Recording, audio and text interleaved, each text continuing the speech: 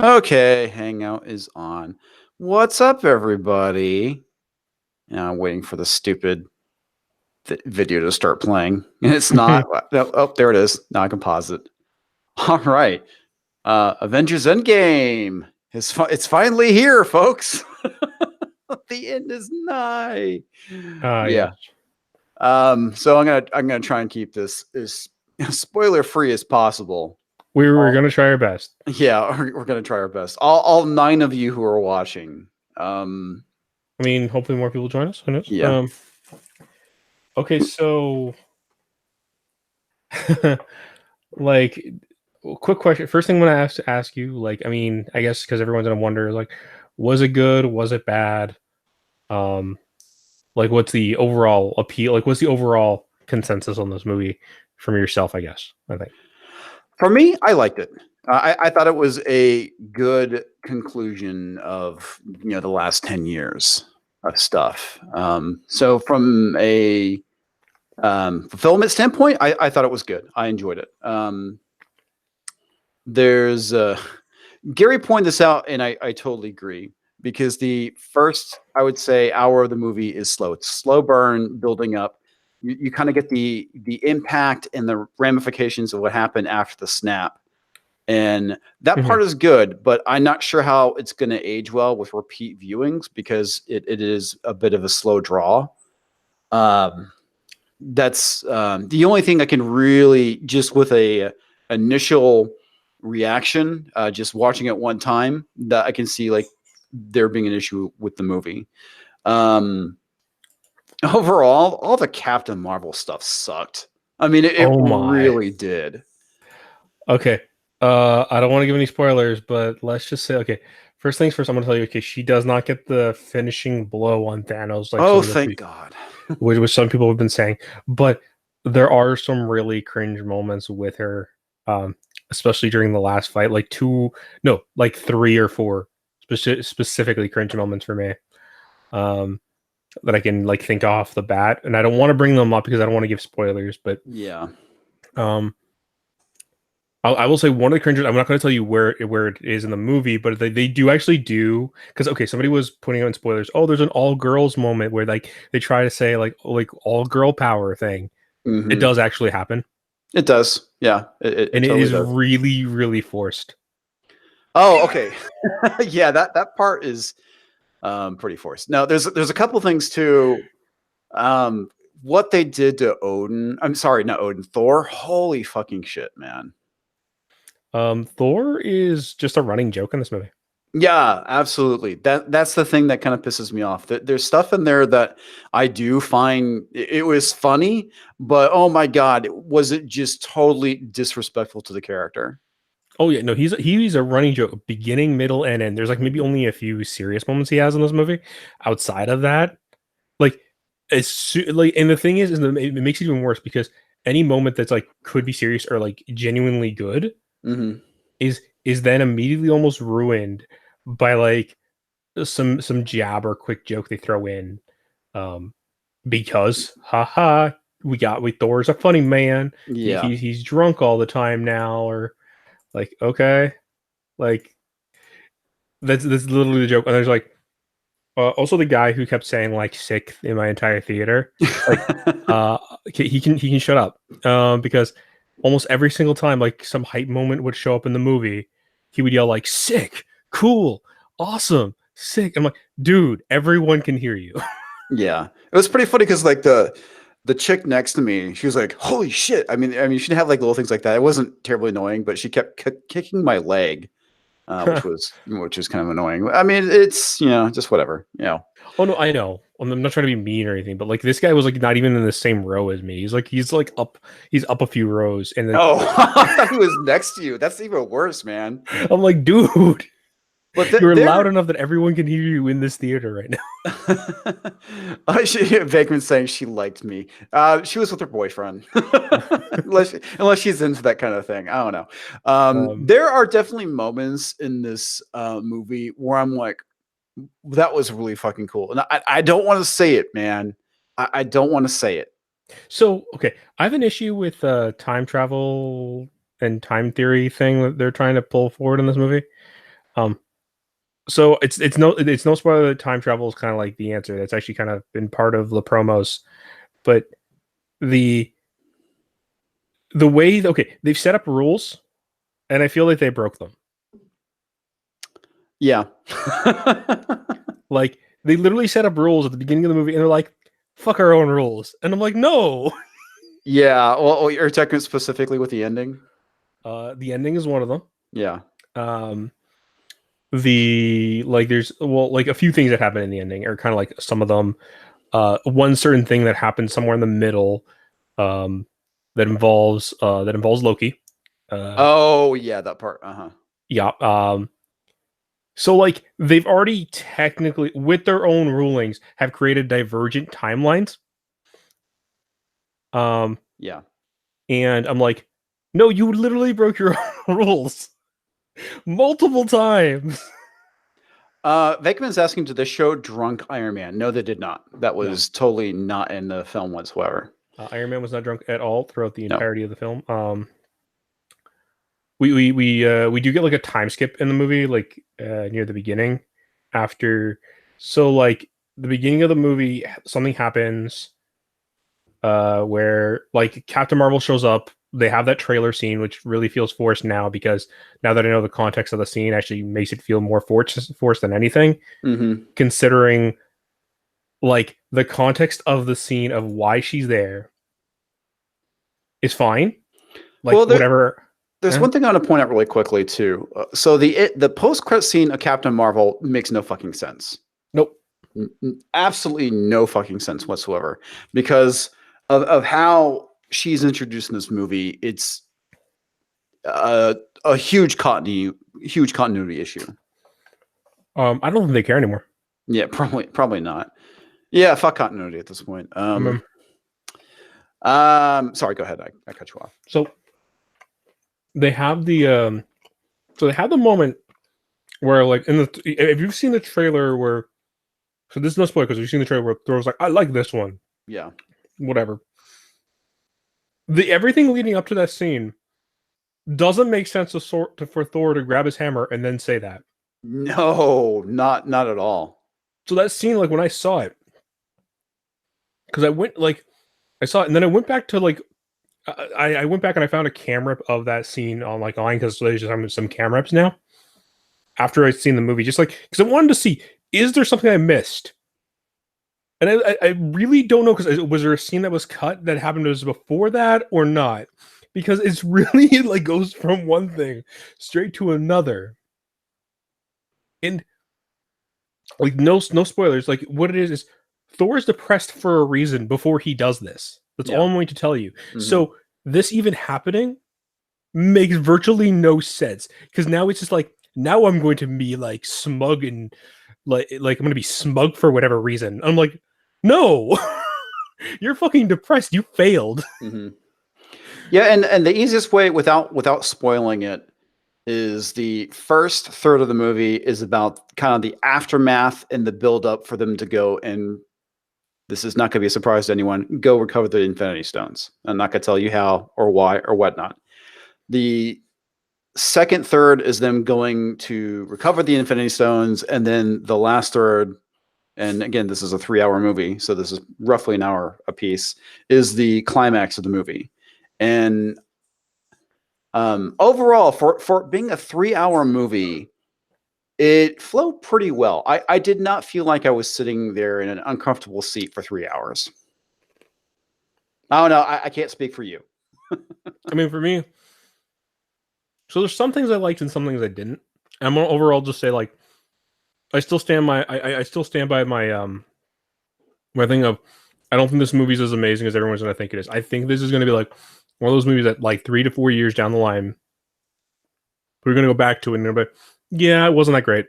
I don't think it's like the greatest movie ever. I mean, it for me. But I think that hype train will like push it for like the next year or two, at least. Well, and here's the thing. I mean, speaking when I go and put my movie critic hat on, there's a lot of problems with like Infinity War and Endgame, because they don't necessarily function as standalone movies. And sorry if everyone can hear my freaking dog whining in the background. So there's that. I mean, it's even if let's take into consideration, like, I'm putting my movie critic. Let's put my movie critic hat, and like, there's certain pacing and certain like escalations that just don't make sense, especially during the final fight. Mm-hmm. They have so many. Okay, so during the final fight, they literally. Okay, so here's the final fight for you. I'm literally going to not spoil it, but I'm going to tell you how the final fight works. Hype up moment. Something happens. Another hype up moment. Something happens. Another hype up moment. Something happens. Another hype up moment. And this is literally the entire final fight throughout this movie. It is very, very exhausting. Yeah, it is. It is a very exhausting fight. And you're like, okay. And structurally, I can see how some people will enjoy that, but I found it kind of messy myself. Because then there's a point where, like, oh, okay. So there's a point where there's actually a really nice part of that fight I actually do enjoy, and that's kind of like the beginning of it, because they do this whole thing where it's the three main Avengers, like Thor, Thor, Cap, and Iron Man, versus Thanos. That's literally how it starts. So it starts off small. I think they really should have just kept it at that, because there's kind of a symbolism there. Yeah. Well, that was one thing too. I was I was watching it. I was like, oh my god, they're keeping the fight small and it's not getting over the top. And as soon as I thought that, is when it all changed, and it kind of it threw everything in the kitchen sink in.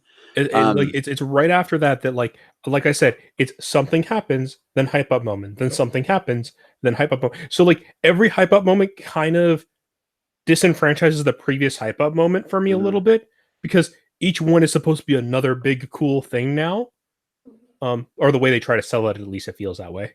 Yeah. And I'm like, okay. And then it just becomes a CG mess of like things hitting each other.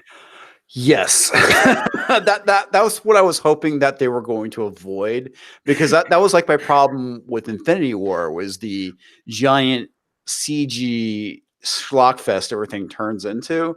And that's what happens at the end of this movie too.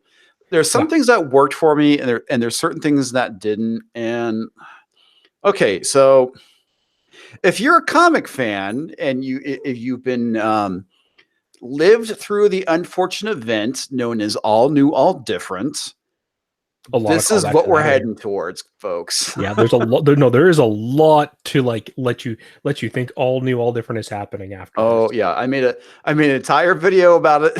You guys go watch it. Like they're blatant with it too. Like they are blatant with it. Like, yeah, even we got Carl Manvers. Yeah, we got Carl Manvers. Carl Manvers. Oh my, Carl Manvers.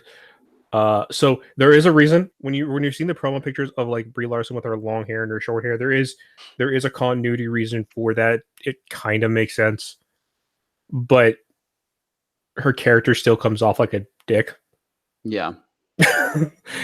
Like, well, the other thing too is okay, I would say that T'Challa is in this movie for maybe. Oh, poor T'Challa. He's in the movie for like all of like 5-10 minutes. Not even. Yeah. Not even. And he has more lines than Captain Marvel. And she's in it for like 15 minutes. And I kind of find his parts kind of insufferable. He's only there to literally like do one thing.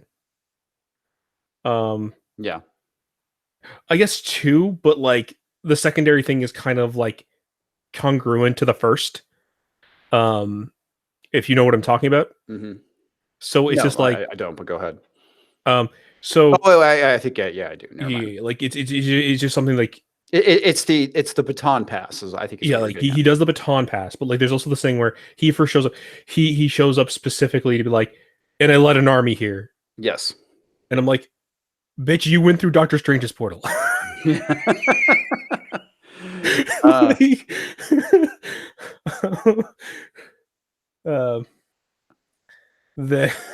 Like you were not here. You were not here.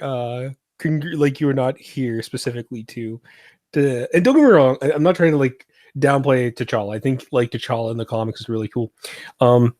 If you're a really big fan of Thanos in the comics, this is not Thanos from the comics. No, no, absolutely not. Absolutely not. This is not that like mad titan. This is literally a guy who's tricked himself to think what he's doing is the right thing, and they're sticking with that.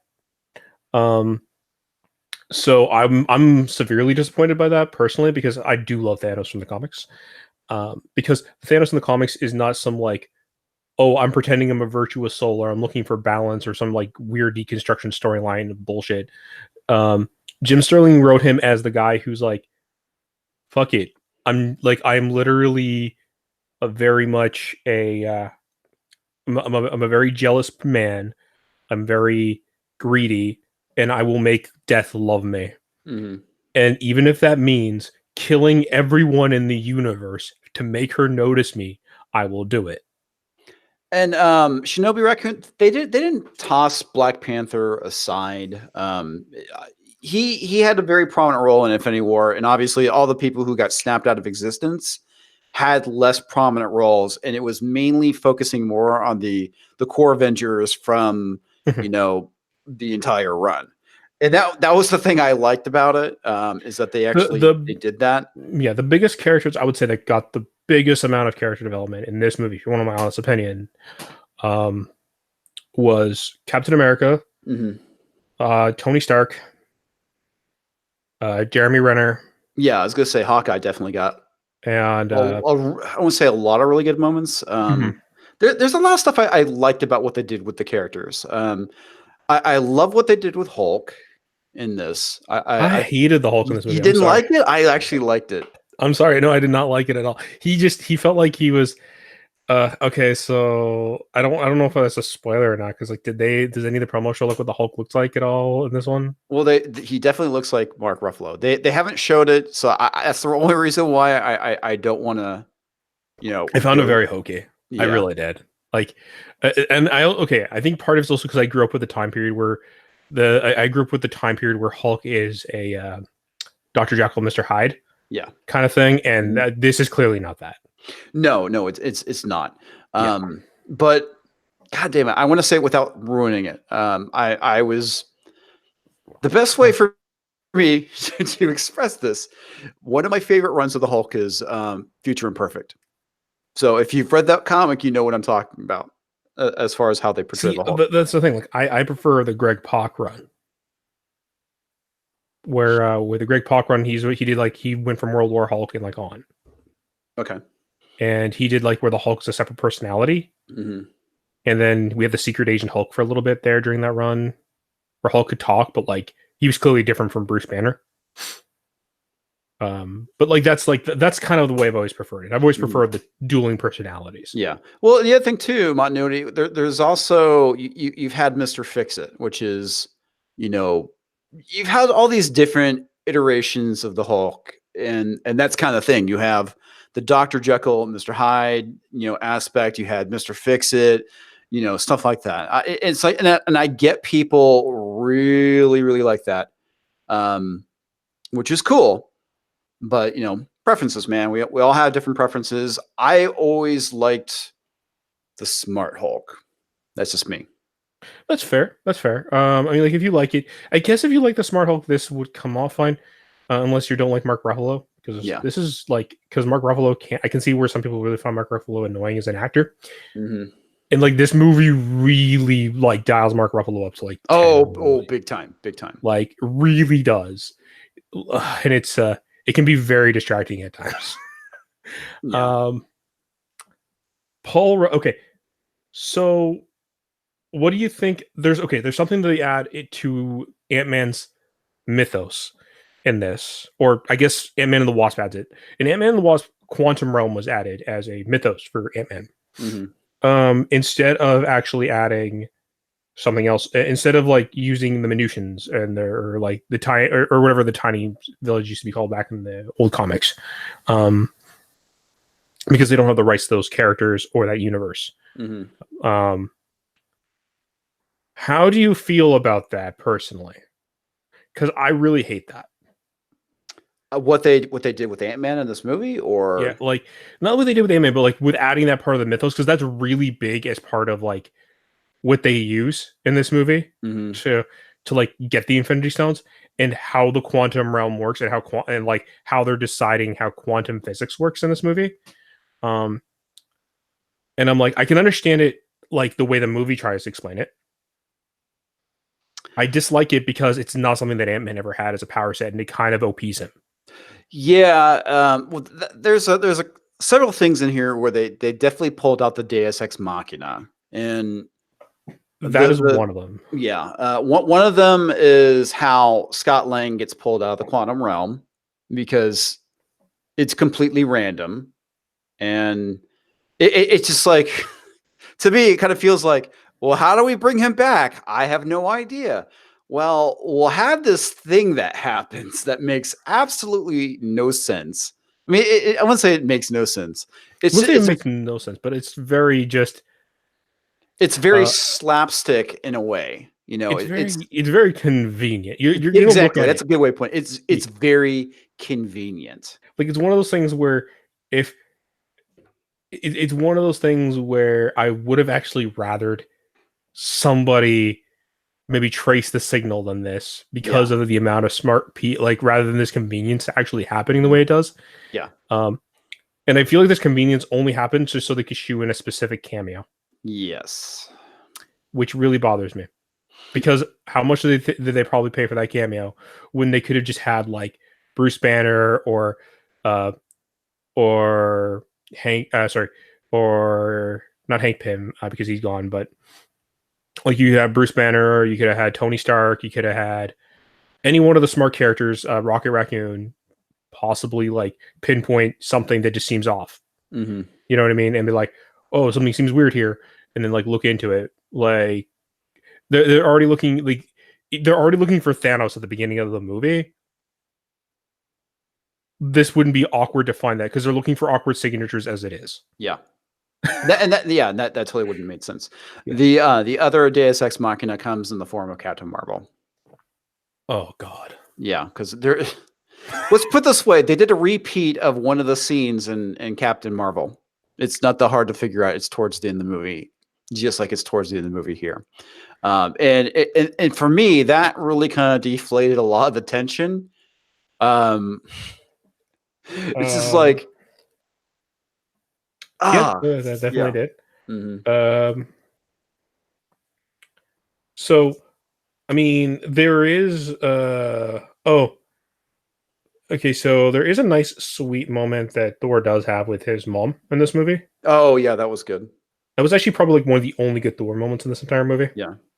Because he acts like such a putz, you know, and ah, Jesus, it's just like, I'll I'll mm, I'll, I'll definitely say that's something.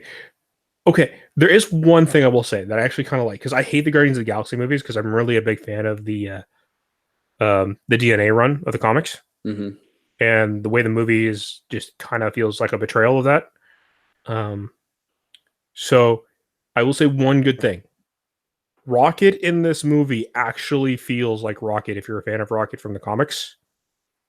Like much more so than normal. Like he still makes like a few jokes here and there, but like there is like that very if you're used to that serious war torn army general Rocket who like just is tired of it all and wants to move on with his life. You kind of get a little bit of that in this one, which makes me a little happy.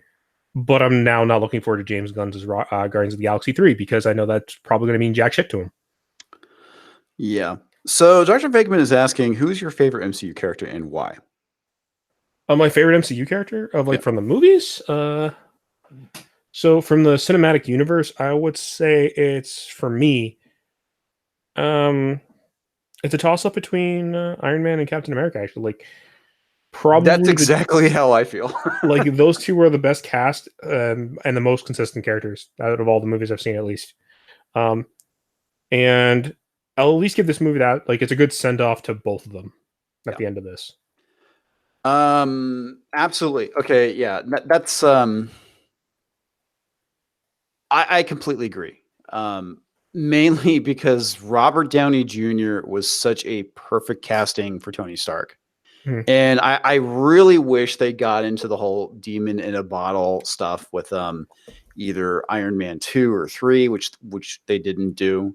Well, But Iron Man 2, we know that the issue with Iron Man 2 was that movie was done during the film strike. So, was it? I believe it was, yeah, during the writer strike. Yeah. Okay. So that's kind of why, the writing wasn't as great in Iron Man 2. No, I guess that makes sense. Yeah. But the Iron Man 2, I think, was really prime time for them to do. Because here's the thing: Universal owned the rights to Iron Man before Iron Man 2. Okay. And it was around Iron Man 2 that Disney bought the rights. It was either after or before Iron Man 2. I can't remember. Um, and that's kind of why you have that's kind of why you have the issue with, like, because they were leading up. You could tell they were leading up to Demon in the Bottle because there's hints of him drinking alcohol throughout the Yeah. movies. Well, yeah, there's parts where he's like fucking drunk. He's like Yeah. he's like hanging out in a fucking donut sign, drinking booze, or hungover or something like that. Yeah. Um, and that's really where we should have we should have gotten that at some point. The other thing too is Chris Evans' portrayal as Captain America. I was never a huge fan of Captain America. Never. I always saw him to be too much of a Too goody hokey. goody. Yeah, hokey is a good way of putting it. Too much of a goody goody, too hokey. Yeah. I'm not like a super patriotic individual, Mhm. and I always saw him as this kind of like antiquated character from, you know, Too old fashioned. yeah, too old fashioned, kind of like leftover from like what we would think of it as the 50s. And the MCU made me really like the character. So I think for me, I found for me, I liked Captain America. Like, so I always liked, like, I mean, I like Superman, I like Captain America, I like these kind of hokey heroes. Hmm. Um, but I think, like, for me, I can understand what it's like because I've read bad runs with them where they're done really just terribly, and I like it though because there's but I also like that true resolve of, like, do anything for the country you believe in type of character, Hmm. um, or for what you stand for, or the ideals you stand for type of character. And that's kind of what always Captain America and Superman have stood for me. Um, so along with the comics and these movie iterations, I feel like some of them really do get it, some of them don't, depending on what you're following. Hmm. Um, and also Chris Evans definitely did understand, like, at least the way they wrote Chris Evans for Hmm. this movie. He clearly, like, he felt like he was part of, he stood for those ideals as much as possible. Yeah. Um, like there's even there's even like callbacks to some of the older stuff that, like, where he was a bit more hokey and, like, not as attuned to his to the modern day Hmm. that was brought up in the movie, which is nice. Like, where there's a scene where he's like reminded of like something he would used to say. It's like, I can do this all day. Yeah. And he's like, oh. Well, that's the thing that I liked about that is because it showed his growth as a character from when we saw him Yeah, in like the first Avengers movie where he's brought to modern time and whatnot. So you yeah. definitely have this growth of a character because he swears in the movie because like in Avengers 2, he's like language, and now you have Captain America cussing, which was pretty funny. Well, I mean, okay, so that's actually one of the things I hate about Avengers 2, the language thing, because if you watch Captain America 1, he swears. Yeah, yeah. If you watch Captain America 2, he swears. And those, like, Avenger, I'm not sure if Avengers 2 happens after Captain America 2 or not. I have to remember order of the movies. But even like Avengers 1, he swears. So, like, I mean, like, Joss Whedon, did you forget your own continuity? Probably. Probably. Like, man, and don't get me wrong, I get it. It was like a small little joke, or maybe it was like a slip of the tongue. Like, it was supposed to be Well, he may have been joking. yeah. Who knows? But like, that scene always kind of bothered me because I'm like, it just seems kind of out of character. This is a guy who's like been an army vet. Like, well, what do I know? Um, and I get it. It is funny though, but I just didn't like it very much. Yeah. Um, But It wasn't like overall, like you're saying, is this the best movie ever? No, yeah. Again, I don't think it is. Is it a no satisfying conclusion to what we got over the last 10 years? for people who are still Yeah. invested. Yes. Hmm. For people like myself who are not as invested, I mean, like you're probably going to somewhat enjoy it, but like there's going to be certain things where you're like, okay, can we move this part along a little bit? Yeah. Um, like I actually do believe this movie did not have to be 3 hours. I actually do. And because there's certain scenes where I'm just like I'm looking at them and like that are just there only to be like, but that's a joke. Um, or I try, there's definitely something that could have been trimmed down. Okay. Mhm. It's when they're in the cafe and the kids want the picture with the Hulk, Oh god, that and scene that ran for so long. yeah, that ran for like a good couple of minutes. It's like, dude, that you could trim that shit down. Yes, there is quite a bit of filler in the movie that could have been trimmed out. I mean, yeah, it's kind of funny. I think you could have cut this movie down to 2.5 hours, Yeah, and it still would have been fine. Like, there's just certain things that are like there's a part where they literally have Thor go onto an Xbox to threaten a child. Um, yeah, because funny. yeah, It serves no other purpose in the movie other than to like, I guess, tell you how much of he's wallowed in his own filth. But like, I think seeing him like drunk and like seeing him drunk and as much of a joke as he rather than what he used to be, I think was enough rather than hmm like being like, hey, look, he threatened a 9-year-old on Xbox. yeah. A lot of it, a lot of that stuff with Thor is kind of like how has the mighty fallen kind of thing. Mm-hmm. And you don't necessarily get the recovery. So Fragment is asking how much of this movie is filler. Um, that's a good question. I'm gonna actually honestly answer it this way. That is going to be dependent on you. Yeah. Um, There is definitely filler in the movie, yeah, that can be cut out. There's definitely things that could have been tightened up, in my opinion. Um, like but like like we said, there's certain cameos that need to exist, certain jokes that just kind of push it a little too far, just for haha, isn't that funny? mhm. Those are the things that definitely could be cut out, and I think would have saved at least uh, I think about at least 30 minutes. Yeah, I Um, think that's pretty fair. the outside of that, I would say, like outside of those parts, you're going to probably what you think is probably filler or a bit much and could have been tightened a bit better outside of that is going to be personal preference. Mhm. Um, now, if Captain Marvel's in the movie, this is filler. I mean, you're like not wrong, Rania. Yeah, She kind of does feel like filler. you're definitely not wrong. I mean, there's certain things where I would only say there's like one scene where I find her to be necessary, and even then they could have changed it to make you know they could have changed it. Hmm, um, he definitely could have. The actually like okay, so I want to point out the way Thanos shows up for them to have the final fight, because we know Thanos is the final fight. Like, there's no way of like that's a spoiler. There's no way that is because like this is the penultimate thing they've been building up to. mhm. Um, is kind of cheapened a bit, because in a weird way they ruin some of the connections that have been built up with Thanos up to this point by one thing, thanks to the time, like how the time travel works. Yeah, And I'm still trying to figure out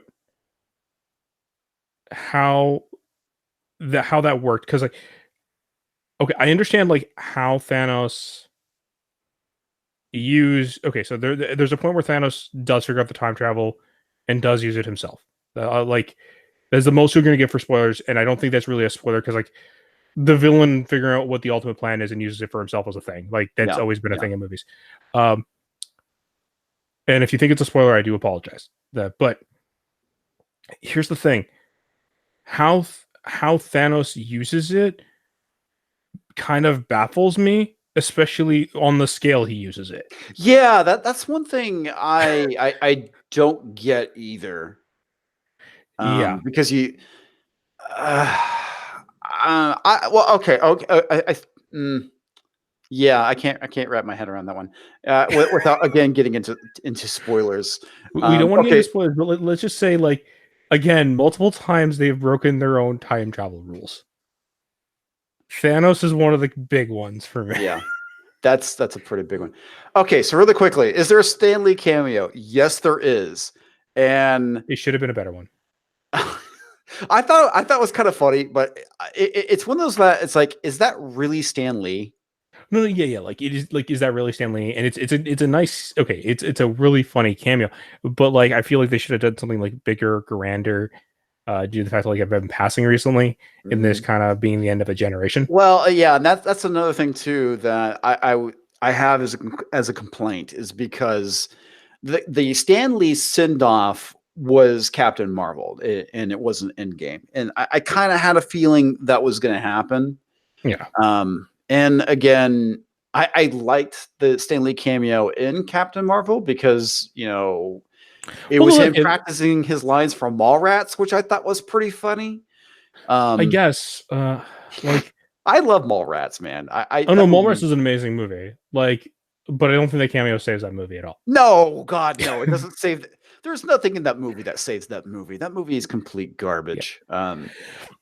But No, no, it's a part I like though. it's not in the coffin, Doctor Venkman. Yeah, it's Uh, Stanley. okay, Wow, so if you want to dude. know my honest opinion, they should have had the cameo be something where like, so it's basically another regular Stanley cameo. Um, that's the basic gist of it. When it could have just been something like, he like that, where he could have just been one of the cosmic beings that had been watching the fight or something. Hmm. Um, something that would have like been just a nice little nod to like to the amazing universe that he created. Yeah. Um, and then at the beginning of the movie, when they do like the Marvel crawl, they should have had that same Stanley crawl that was there for That's the other Captain thing. Marvel. That's a huge complaint for me right there. Yeah. Is So I think I those two really things. wish they had that in there. Um, comics in a multiverse. Is there any point to changing the past? Done all outcomes don't all outcomes exist in one universe or another? Well, here's the problem, Hill CT. I respect your question, but the rules of time travel in the MCU have dictated otherwise. I'm trying to remember where we got an explanation for time travel other than this movie. I can't think of another movie. This Yeah. movie was okay. This movie created somewhat very strict rules. Yeah. Um, the rules that first showed up were created by the Hulk. Okay, so Hulk explains the quantum, like the quantum time theory, in their time zone, like based on like the science that was created by Tony Stark and Bruce in this movie, mostly Tony. Um, and Nebula agrees because she understands the science too. Hmm. So we have like multiple scientific brains agreeing on what was like the agreed upon theory of how time works. And then we get reaffirmation of it later on in the movie by one of the Sorcerer Supremes. I'm not going to tell you which one, because more than one Sorcerer Supreme does show up in this movie. Yes, that is true.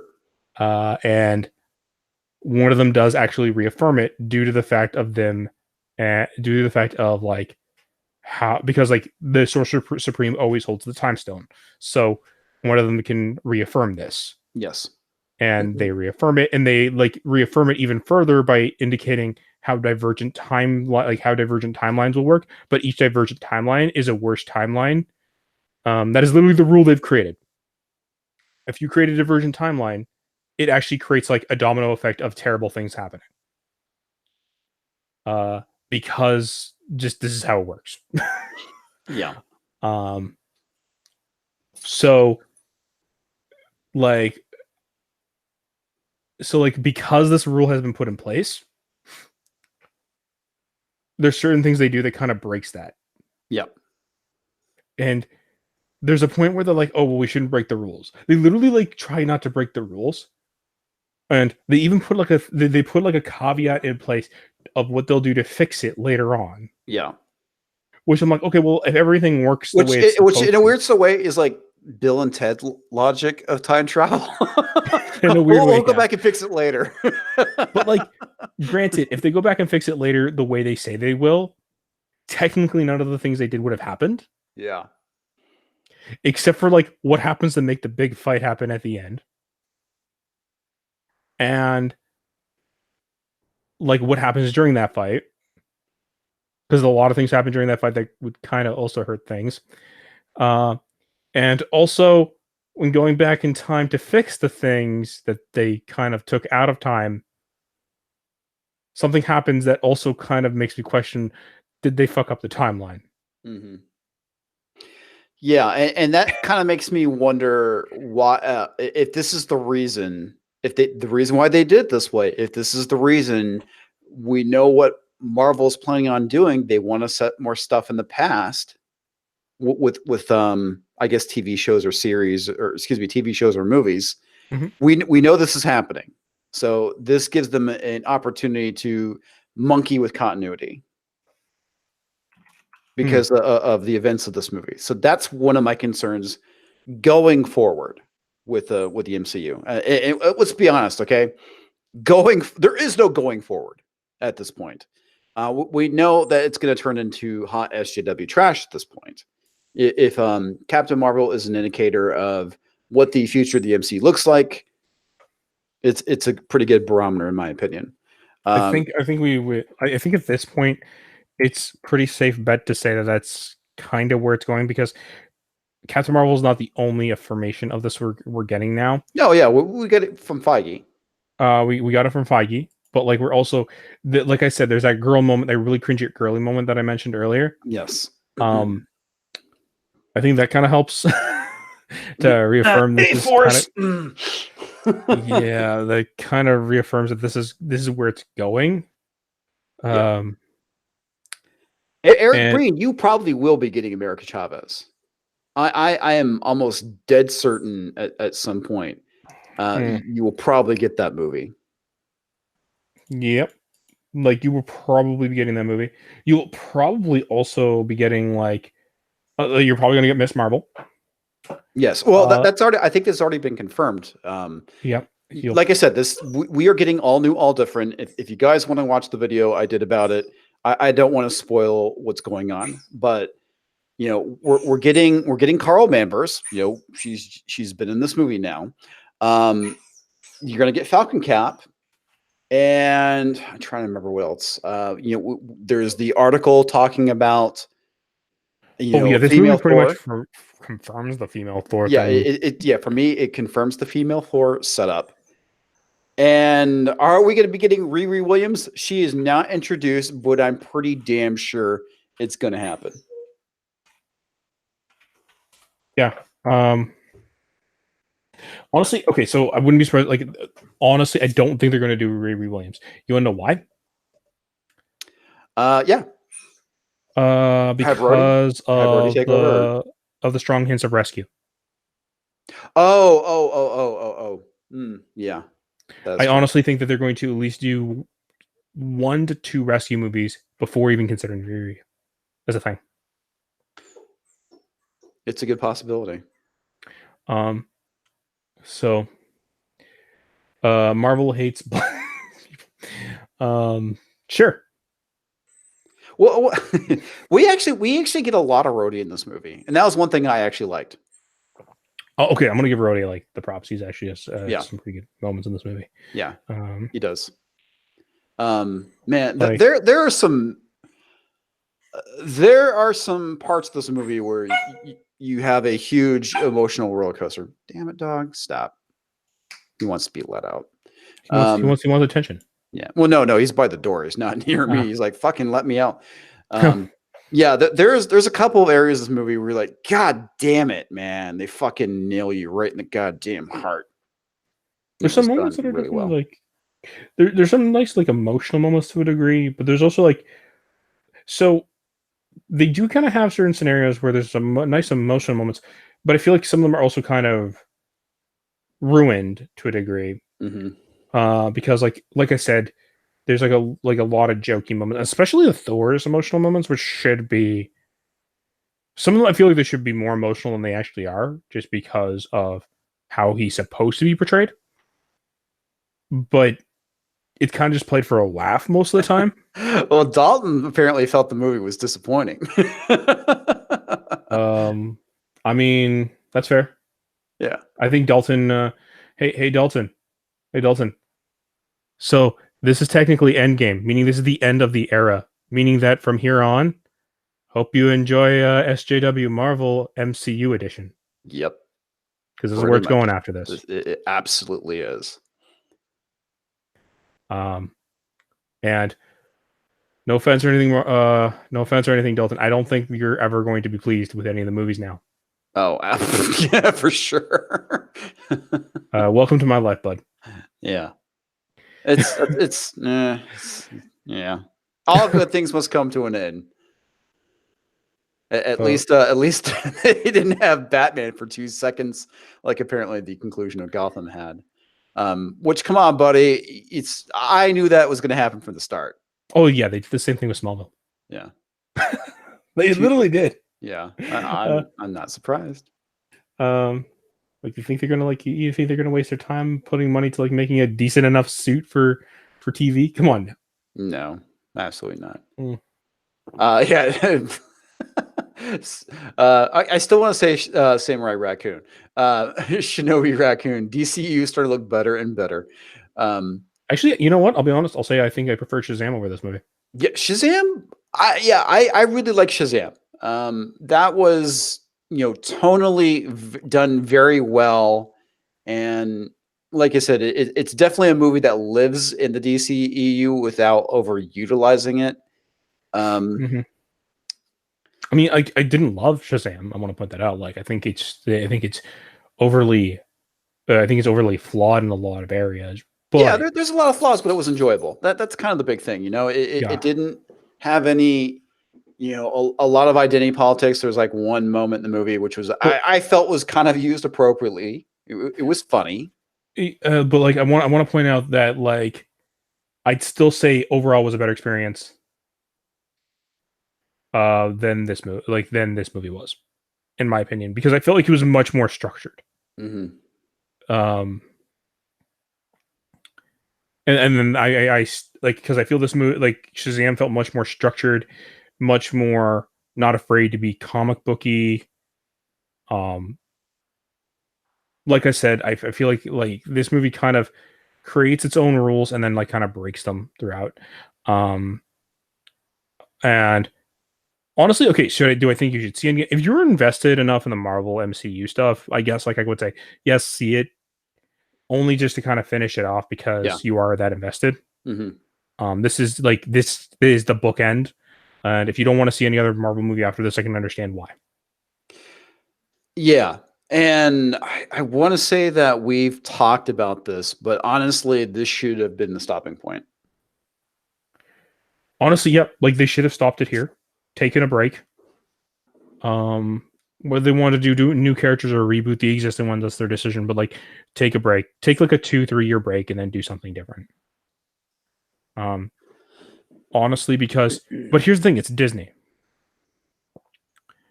And Disney doesn't want to do that. Disney ruins everything. Well, this is Disney's. Okay, here's the thing with Disney: they might start off doing something decent, or they might not start off doing something decent. But you better believe they're going to, went full on. Like, you're going to believe Disney's going to pound that thing into the ground until you're either tired of it or until you accept it for what it is. Oh, another thing too, I'm Dalton. I mean, what were you expecting, man? This is going to be the conclusion of what we got for the last 10 years. There's only one thing they could have done, so I'm not sure what you were expecting. Well, I can also see like kind of. I think there is also kind of a disappointment of them like just bringing back everybody that's kind of been killed too. Yeah, we all knew that was going to happen. I knew that was not like that was a mystery because of. I know. I knew that. I'm gonna let my dog out. Go ahead. And keep talking. Yeah. So I knew that was going to happen. I knew they were going to bring everyone back. That's fine. I I think it's kind of disappointing because like the weight of that happening is never really felt. I mean, like it's felt like the characters try to make it feel like it's felt in the movie, and like some of the characters do sell it well enough, but like as an audience member, you're like, yeah, but you're gonna bring them back, Yeah. and you're like, okay. Uh, oh God, don't even remind me about Aladdin and Lion King. Okay, Well, okay. This is the thing that makes me laugh about the Lion King. We're gonna be doing a live action Lion King you mean with CG? CG. Also, Lion King. Okay, so none of the, like I watched the Lion King because that trailer actually was like the new Lion King trailer was there. Scar's It voice was is terrible. impressive, but I mean, I don't. I'm not planning on seeing the fucking movie though. My sister wants to see it, so I might have to go watch it with her. The CG was impressive. I really they had I Timon and mean, Pumbaa, which were like my favorite characters from that movie. But I'm well, not see, interested in here's my seeing. problem with it. Like, here's my problem with it. You can't get any emotion. They're trying so hard to make it look realistic. You can't get any decent emotions. Yeah, Like, it looks really stiff now because, well, animals don't emote like a cartoon character does. right. So it looks really weird. And like in 5 years' time, this is going to look kind of dated because it's all CG. Yeah, I don't get the. I Like, don't see the point for them to go and remake their current, cartoons in live action. oh, It's they're it's doing it dumb. because okay, there's They that need the weird money. mentality cartoons are for kids, right? So if they do Mhm. the live action, they'll get that crowd to potentially want to watch it. Even if the live action doesn't do well, they can then take out the cartoon version from the theoretical Vault. that doesn't actually exist. If you want to go and search out the movie on Amazon or on digital or anything of that nature, I'm sure you could probably still find it. Um, like oh, avoiding basic bitch time travel and introduction of the cosmic entities. Dalton, Oh, I'm gonna come laugh at on, you at that dude. one. I'm gonna laugh at you at that one, and not because I don't think that they shouldn't be there, but because you actually expected it. I'm sorry. I'm sorry, Dalton. No, I lost all faith in stuff like that when they decided to rate the Guardians of the Galaxy as characters. Thank you very much. I wanted to put that out there. And you did. um, but as for Aladdin, that trailer actually didn't happen in the beginning of mine. I hear some I hear some Endgame trailers had like the Aladdin one show up before theirs. I don't know. Did it happen in yours for Aladdin? Aladdin, no. I got the Aladdin one. Shit, was it with Shazam? It was with Shazam. I got that with Shazam. Yeah, I got it with Shazam, and I didn't get it with Endgame yet. I hear some people get it with Endgame, No, depending on the I version. just got the Lion King, and of course we got the crappy, Star Wars teaser. Yeah, I got the Star Wars and I got Star Wars and I got Lion King as well. And there was one other I got. I can't remember what it was, but the the Star Wars one. I still like now that I see. Okay, every time I see the TIE fighter scene, the first thing that comes to my mind is shoot her, Yeah. shoot her. Every time now.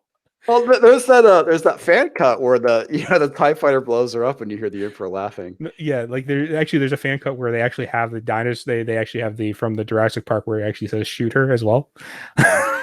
So I'm that's literally why that's in my brain, just because of those two cuts now. And I'm okay with it. I try to And remember for what anybody else. who wants to call me a sexist on Twitter, go right ahead. I will Yeah. say thank you very much. Gosh, your brain knows. Yeah, I'm right. your brain knows, but your brain noticed. Yeah, that's the thing too. Which the thing that I find so funny, they call us sexist for wanting better female characters. Mm-hmm. Let that sink in, okay? Yep. We want better female characters, but we're being called sexist because we don't like Ray or Captain Marvel. Are there any cut scenes in this movie? Yes. Any cutscenes? Like he's like any scenes that have been cut from the actual film itself. Oh, I'm pretty sure there probably are. Oh, definitely there are. Like I can tell there probably was. Because there's certain things that just don't flow as well as they should, Mm-hmm. movie wise. I want to point out that um I'm gonna say it again though, that the issue I had with the Aladdin trailer, because like I guess somebody brought it up in the comments there, is for whatever reason it looks like it takes place in a Bollywood movie, but with a higher budget. Um, and I didn't realize that I didn't realize Hollywood was making Bollywood movies now. So, I mean, I'm sure India will love it.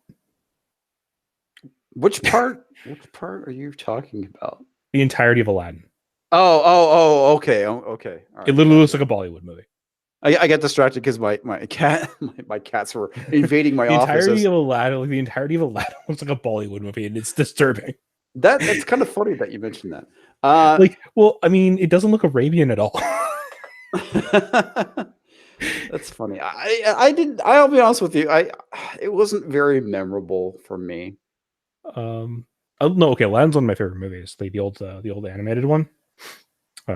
Actually, like literally, it's one of the ones that I bought on Blu-ray when I first got my Blu-ray. So Frank Hernandez is saying, "Hi guys, good afternoon from the Philippines. I saw the movie a couple days ago here. I'm not looking forward to Phase 4, but all in all, a strong 8 out of 10 for Endgame." I mean, you liked it more than I did, Frank. I'll give you Yeah. that much. Well, for me, I would say it's more a 6.5 There to a is 7 so out of 10. yeah. I mean, like I said, will- I enjoyed the movie immensely. Is it the best movie in the world? No. Is it a satisfying conclusion for the last 10 years? Yes. Yeah, I fear for the future of the MCU. Also, Hill CT, and for anyone who is curious, no, you do not have to stay through the credit scene. There is no end credit scene. Yeah. There is no mid credit scene. I did. The quote unquote mid credit scene is really it's how do you describe it? They basically go through all the main Avengers, and it's the actors signing their names and showing, some things that have happened throughout the MCU for that character. I thought that was kind of like a nice send off for the characters, for the actors specifically, I should say. That's what you get. There is no end credit scene. I did stay all the way through it because, damn it, this is the last good one we're going to get for the MCU, so I figured I'd stay all the way through. He stayed to he stayed to pay his respects. Yes, I stayed to pay my respect. Pressing F. Press X to pay respect, or press F to pay respects. Dalton, I understand how you feel, buddy. The MCU would never like. It's weird because the MCU in this movie fully embraces the fact that magic exists. I love it because this movie literally fully embraces the fact that magic exists. Forget like any science magic bullshit that they've brought up at all. Multiple times they've embraced actual magic exists in this movie. With a Sorcerer Supreme, with Thor's mom, with the Infinity Stones, with like literally multiple times. They're like, magic exists, magic exists, magic exists, magic exists. And then we're just gonna fuck it over. Pave it over. Pave it over. I'm like, you can't just go through the entirety of your movie saying how much it exists and then try to like explain it near the end. That's kind of silly. And for anybody who is a cosmic fan, yeah, that is kind of a bitch.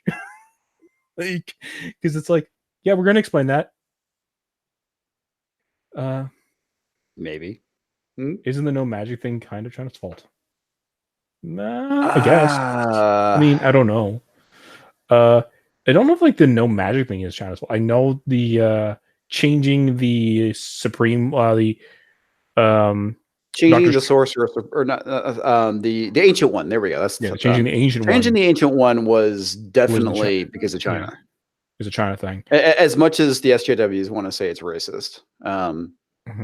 But the funny thing is, if they left the ancient one as Asian, they would complain about that as being a Asian stereotype. So you're going to lose either way. So are they going to complain about Shang-Chi being an Asian stereotype, even though they complained about how Iron Fist should be Asian? Yeah, that's the great part too. It's the ever evolving double standard of SJW logic. You're whitewashing. You're using an Asian stereotype. Yeah, it's kind of what you get.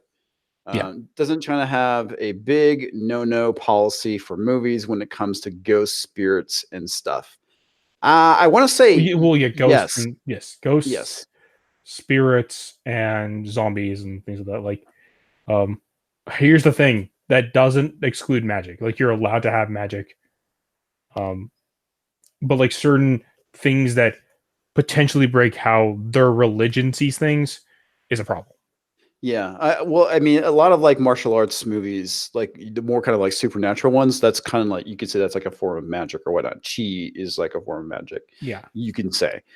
So I would say no to that. But yeah, anything that really kind of involves, the dead, yeah, it's where they're not going to be too cool with. And my So, knowledge is very limited in this department, folks. So who do just you think throw that the there. threat and face for Doctor Doom or Galactus? Honestly, so I don't know if they're going to do a big threat after Thanos, but if they do, they're probably here's my thing: they're probably either going to make Galactus or what's his name, the time travel dude. God, I can't remember his name right now. Yeah, I think I know who you're talking about, but I'm blanking on the name too. Yeah. What's up, Batman? Oh, Batty. Who's the Marcy Larts they're talking?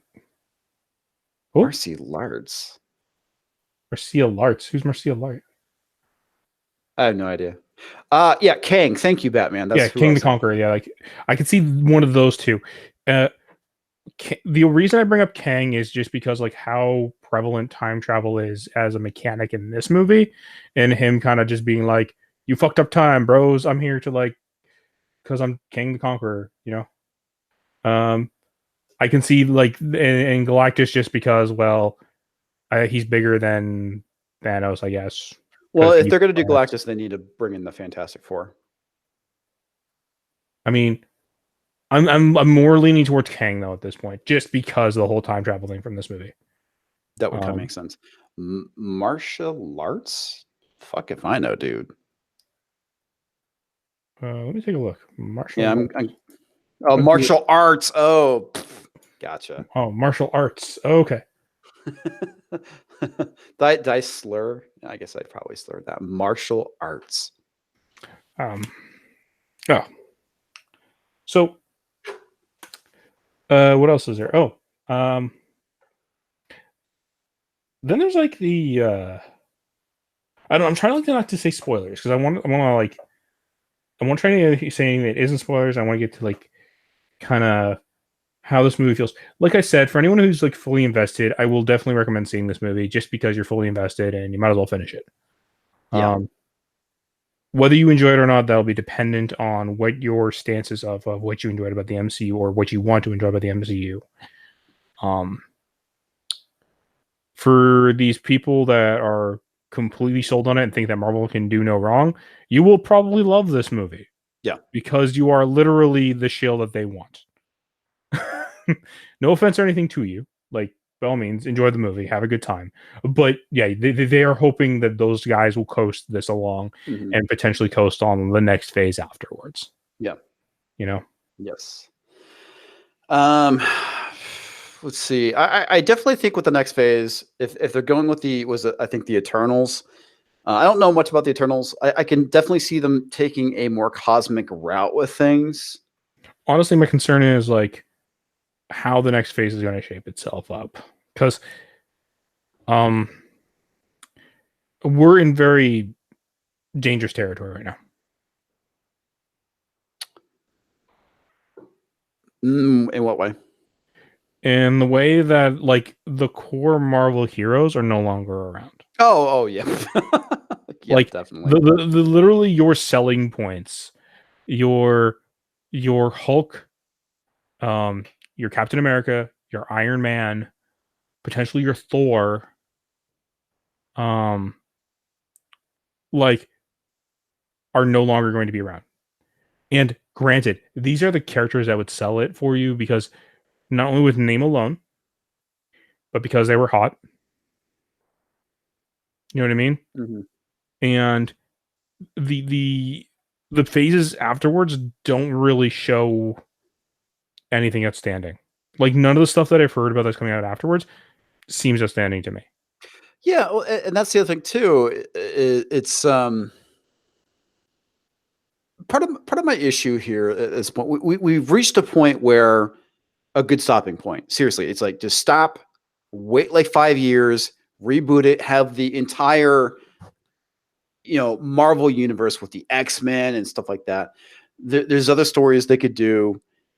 And part of my problem is, I mean, I wouldn't say they shot their wad at this point, but they did. Okay, you have Infinity War. What else can you do? Okay, there's other stories you could probably do. I'm not really thinking of any of them currently.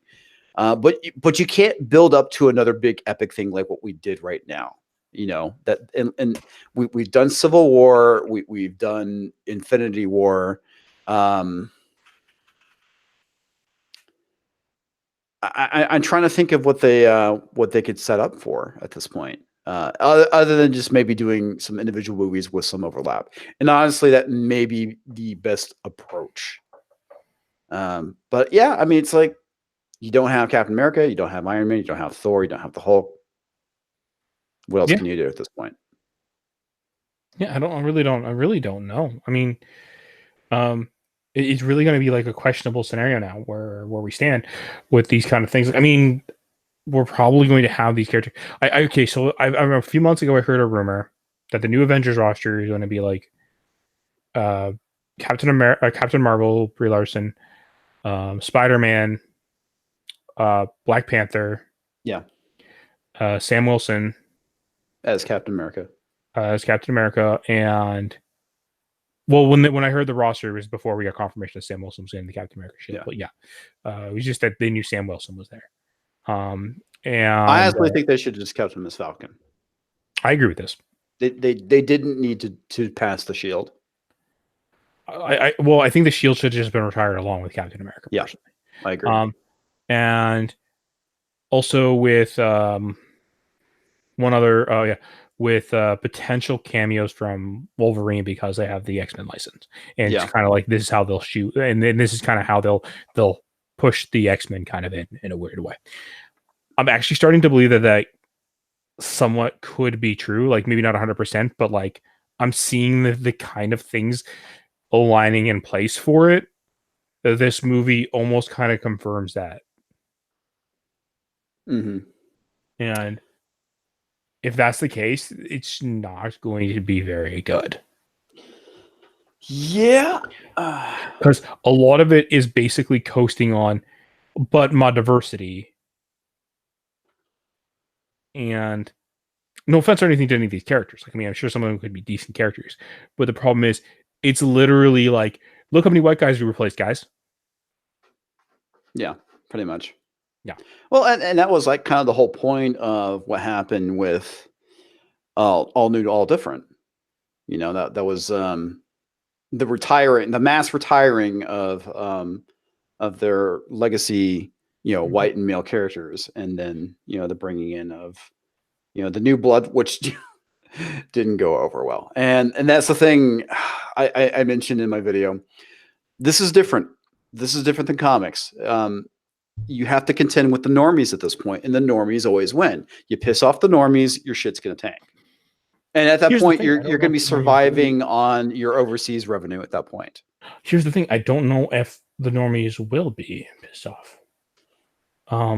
If they SJW it up, I don't know, man. I mean, that really depends. I mean, like, okay, here's the problem, right? How SJW are they going? Like, they're going to test the waters and see how SJW they can get away with. Well, I think they're under the impression that they can get away with it because of the success of Captain Marvel. The movie broke over $1 billion, but of course they're not thinking, well, this is because it was sandwiched between two of the biggest, Avengers movies ever.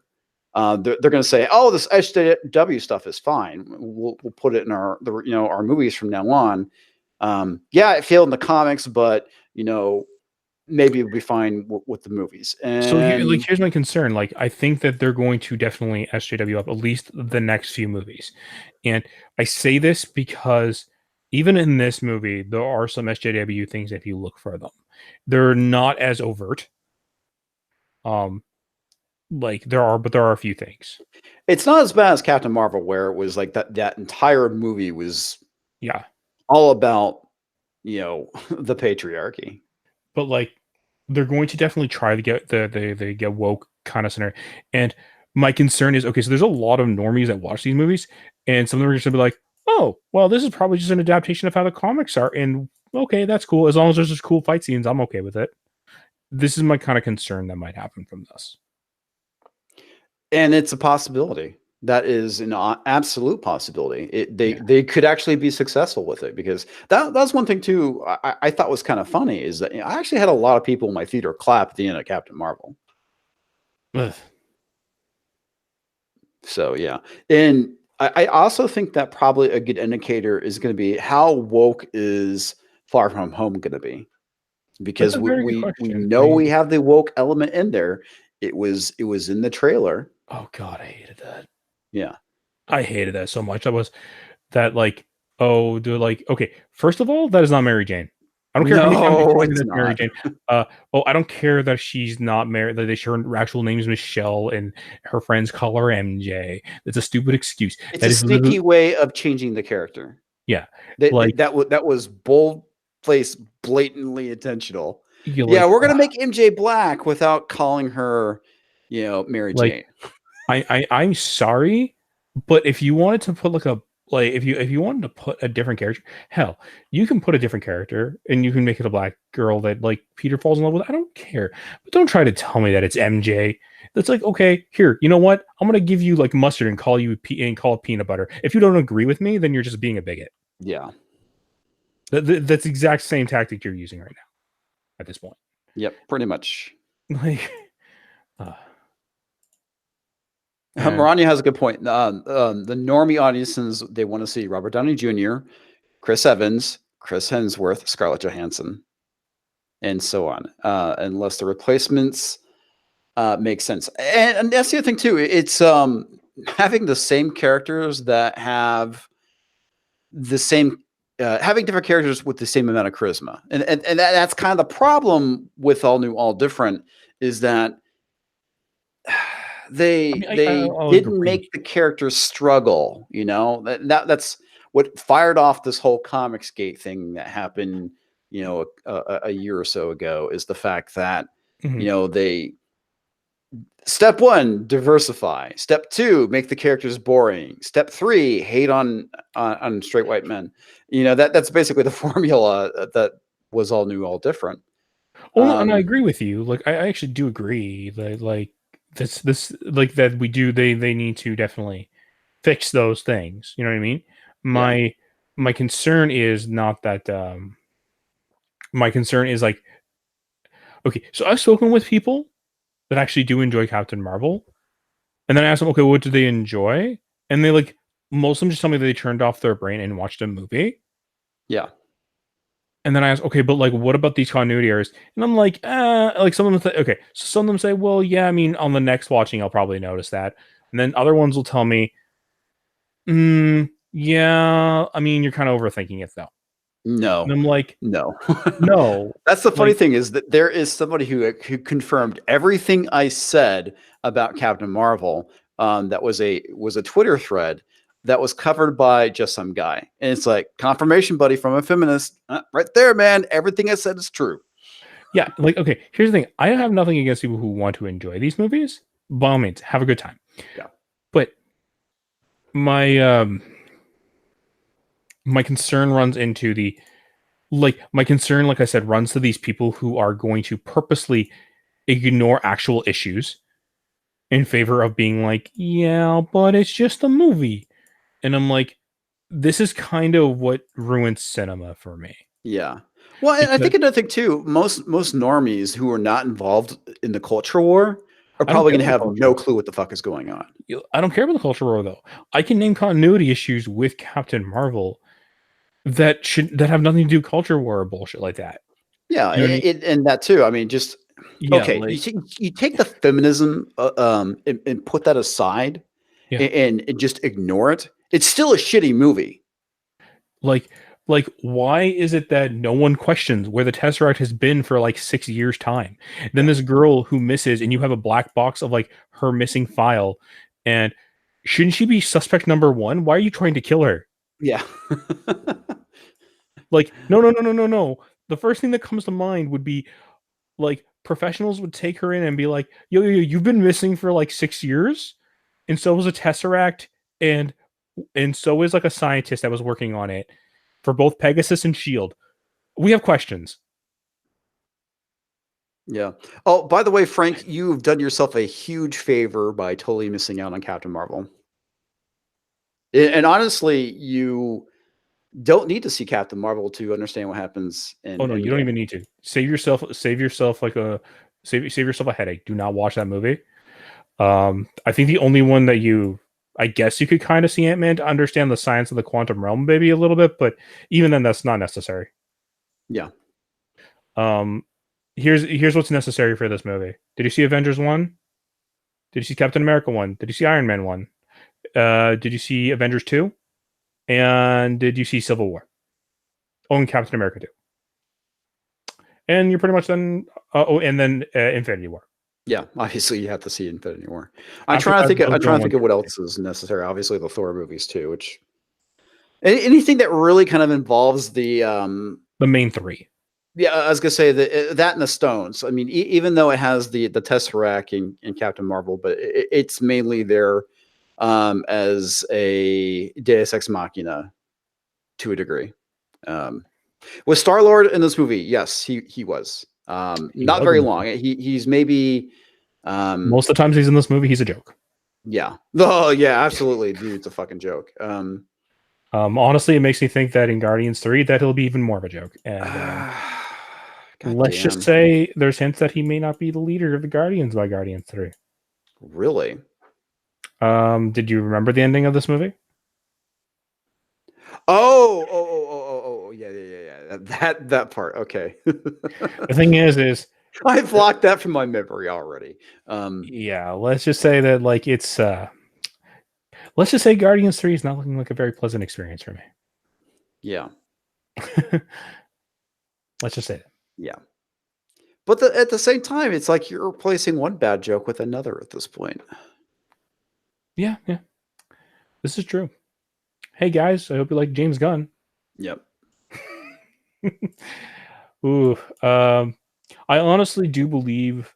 So, I want to say for people who like the Russo brothers, because I know some people who've been like kind of toting the Russo brothers as like kind of the saviors of the Marvel universe to some degree, or not the saviors, but like the kind of the flag that has been kind of like making the better movies, I guess you could say. I feel like they were partially pulled back creatively in this movie. Um, and that creatively they've kind of just been pulled back since they've been put in forefront ever since Captain America 2, just because certain things just don't seem to be going the way I think that they 100% want them to. Probably. Bruce, okay, it's again without getting into spoiler territory, which I'm trying to avoid with the live stream. Oh, yes. Yeah, it's like you guys will be like, what the fuck you guys talking about? So there's a scene that happens at the end of the movie where okay, Quill, if you understand what I'm talking about by stating this, then you'll know what I'm talking about. There's a comic book series called As Guardians of the Galaxy. I'm just going to leave it with like that. well, Bruce, and I appreciate you don't mind spoilers. It's not for you, but like we have like a whole load of people who are watching this live stream right now, so we don't want to spoil it for we don't want to spoil it for people who don't want spoilers. Yeah, So there's definitely a few people who have seen it. Excuse me, have not seen it, yeah, and I don't want to ruin it for them. yeah. So that's kind of a big thing. So yeah. On the bright side, we have John Wick 3 to look forward to. I mean, I guess that'll be enjoyable. I enjoy the John Wick movies for at least like the gunplay. I mean, there's really like not strong plot in those movies. It's more like how many things happen. On a scale of 1 to 10, how hopeful are you in direction of future films? Negative 100. Yeah. Good night, Shinobi like, Raccoon. Take care, dude. It's good seeing you.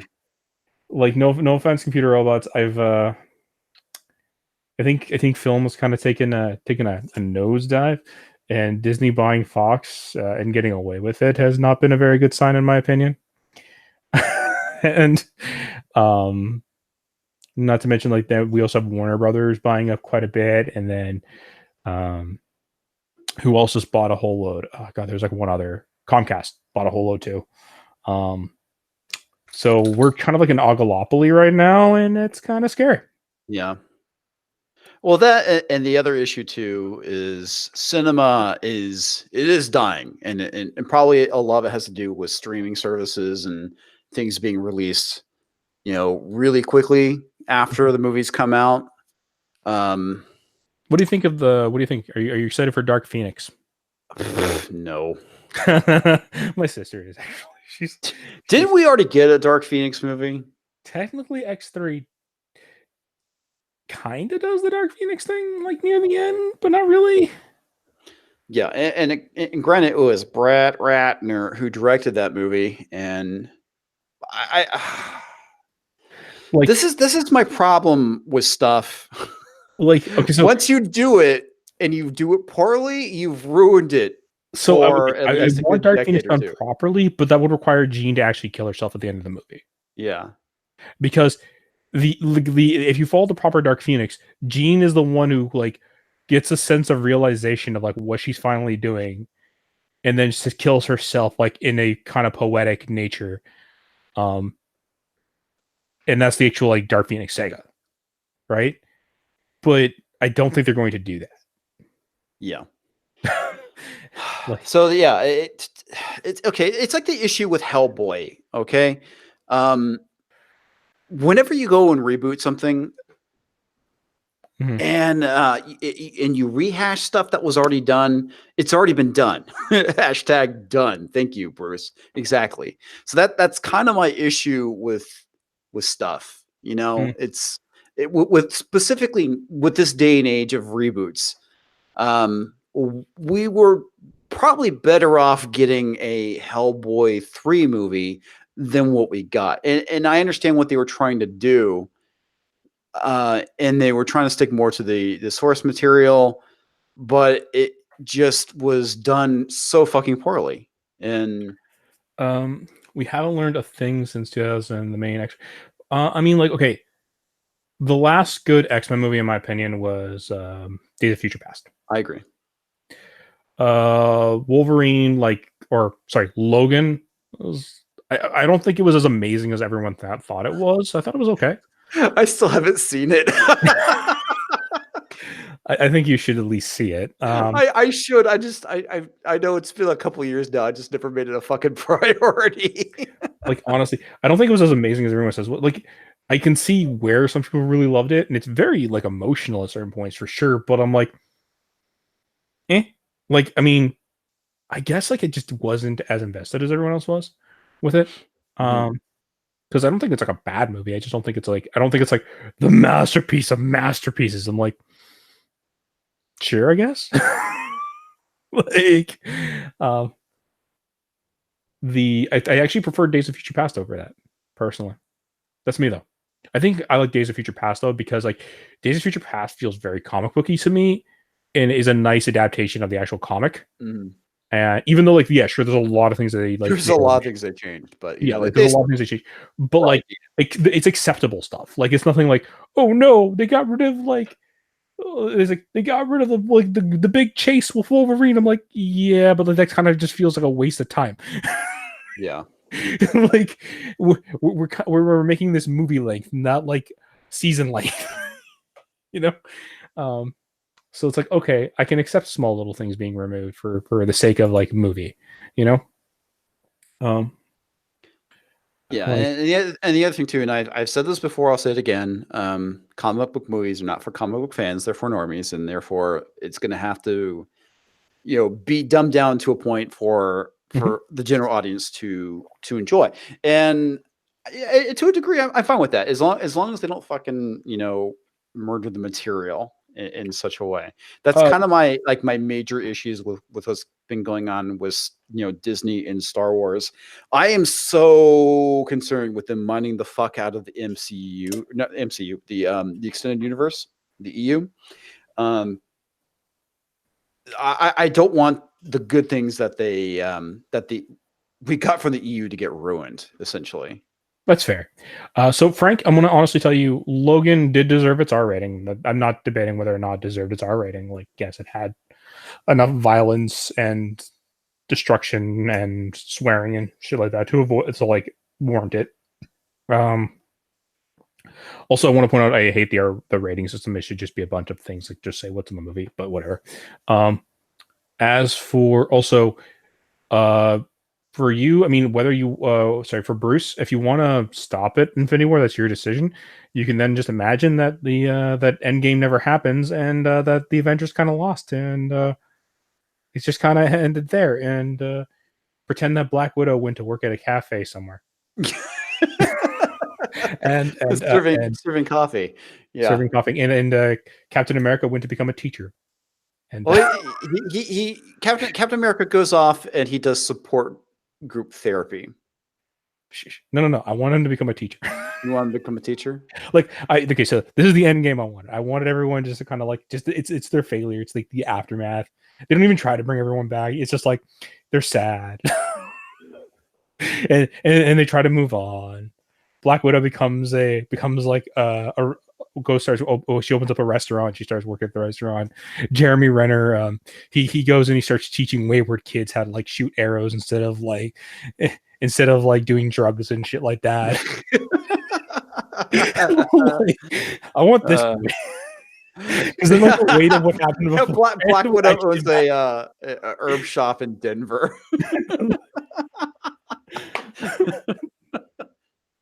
Like, because then the weight of what happened in the previous movie would actually matter. and then they would just be like, it's just like, okay, like this is just the aftermath. Like, fuck it. You know? Hawkeye gets mauled by Bigfoot. Okay, this is the direction the stream is going now. Okay, let's do a where are they now not post Endgame, post Infinity War. That's great. So the ultimate fate of Hawkeye is he's mauled by Bigfoot. Yeah. Yeah, Thor still becomes Dude Thor. Thor becomes Dude. Now, like he has a beer gut, and yeah, he rushes a fraternity. He's he and gets Me Too'd. God, Captain America. Like I said, Captain America just like he's kind of like the old timey style teacher, and he's like he teaches gym and he teaches history. So at SJW Removal Inc., Cap gets his kidney stolen on a trip to China. You have Rocket Raccoon becomes like a sideshow attraction at like a weird zoo of some sort. Like, and he just swears at everybody who like stares at him. Yeah, Captain America becomes a teacher, gets run out by his SJW students.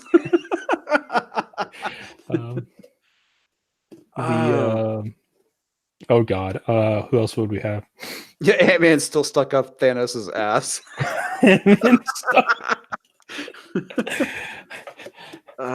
Let's here you go. Here's that's the biggest spoiler. Ant-Man does go inside Thanos' ass. That's how they give Thanos the cosmic wedgie. That is. Yep. Oh no, I've ruined the movie for you. That was. If you can't tell, I'm joking because that actually doesn't happen at all in the movie. But it probably would be interesting, and I wouldn't have been surprised if it did. Like at this point, I wouldn't be surprised like what they bring out for jokes in these movies. Yeah. Just, oh man. There is one thing though I'm curious about is repeat viewings, because there's times where I walk out of a theater and I'm like, God, I really like that movie, and then after like watching it multiple times, like, God, I really hate this movie now. And that happened with Rogue One, man. It's like I really liked Rogue One walking out of it, and I watched it 2 more times, and by the time I got done with a third movie, I was like, this movie is shit. So like, okay, so here's the thing with this. Like, I don't know if this movie will hold up on repeat viewings because I honestly like at least the first half. I don't know. You know what I mean? Mhm. Um, just because Well, of and like I brought that up. I mentioned that to my wife. Is like the first third of the movie. I don't think is going to hold up because of how slow it is. yeah, and then my concern is, and here's okay. So here's my other big concern with it is so like because I think like okay, this is one of those ones like people will probably like marathon it and they'll like oh, okay, like they're going to choose different movies as their favorites. I don't think this will ever like I don't know if this will be anyone's favorite, but I don't think it'll be like the number one favorite for most people. Like they'll be like, well, this is where it ended, and at least it's a nice ending. It's like a nice send off. But like my favorite is this one kind of thing. You know what I mean? Mhm. And um, unlike something like okay, unlike something like let's say you go in. I'm trying to think of a movie like where I rewatch it. Here, okay, here's a movie I actually hated. I still hate it, but Man of Steel. Mhm. But like No, I can on repeat, understand why you hate Man of Steel. yeah. But like on repeated viewings, there is a lot that I actually will admit that I notice on repeated viewings. So it's like even if I dislike the movie, I can at least see some intriguing art direction and stuff like that in multiple times that I watch it. So like like notice a big difference there. With this one, it's just like um I wouldn't be surprised if like I pop it in and be like, I want to skip this part of the movie. Mhm. You know what I mean?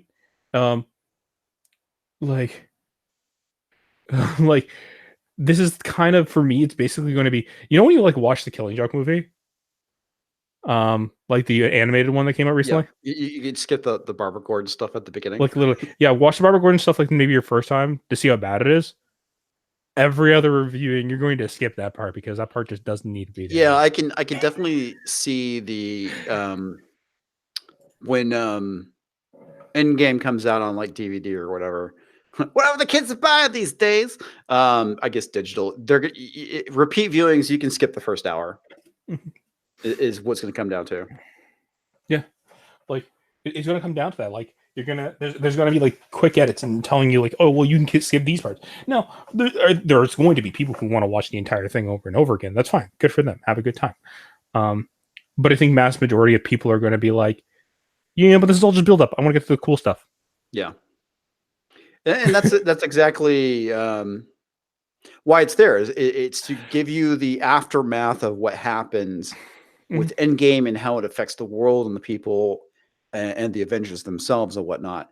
And it's good. You need to have that, but it's a fucking hour's worth of stuff. You know what does something somewhat similar to Endgame, like a whole lot of people just die, and but like has a lot of like slow moments as well as fast moments, but does it well is Kingsman.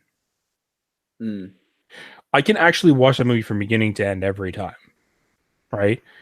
Um, and like there's a lot of things like I'm surprised I missed throughout the movie. Like the art direction of that movie is amazing. You know what I mean? Mhm. I don't know if you've seen it or not. I have seen the first one. I have Yeah, not seen and the second one though. second one's all right. Like I would say the second one has some really good moments that I really like, but like it's not as good as the first. I would still recommend seeing it. If you like the first one, you'll probably like the second one. Yeah. Hey, Dr. Venkman, I like the spirit too. I know a lot of people shit on the movie, but I actually enjoyed it. And Infinity War just kind of felt like CG mess to me.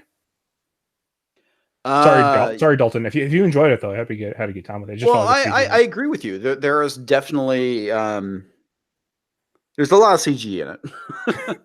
Like Well, and this is kind of my issue with go back thinking. What do you remember out of the fight scenes of this movie? I think like I said, like that fight between Thor, Thanos, and Cap is what I remember. That's Yeah. what I wanted, right? Yeah. That small kind of really personal fight, and they make you think it's going to be, and then they kind of ruin it because Yeah. like right after that they like ramp everything up, and then they ramp it up even more, and then they ramp it up even more. Like that literally ruined the movie for me to a degree. Well, the other thing too, and this is my problem with Infinity War. I don't remember any fight. I don't remember any fight scenes. You know, just part of the issue with modern cinema is because of the whole shaky cam and quick cut. There's not enough time for things to marinate in your brain for you to really recall what's going on. Like, Now, there's certain parts of the fight scenes, yeah, between when it's the three, when it's Thor, Captain America, and Iron Man fighting Thanos. There's a lot of stuff that sticks out. There's one thing that oh, sticks I out the love. Okay, most. that should have been the big oh yeah moment. Like that should have been it. You know what I'm talking about? Yes. And because like that should have been the big oh yeah, and then that's when the turn of the fight should have happened, and that's when they should have won, in my Yep. personal opinion. I agree.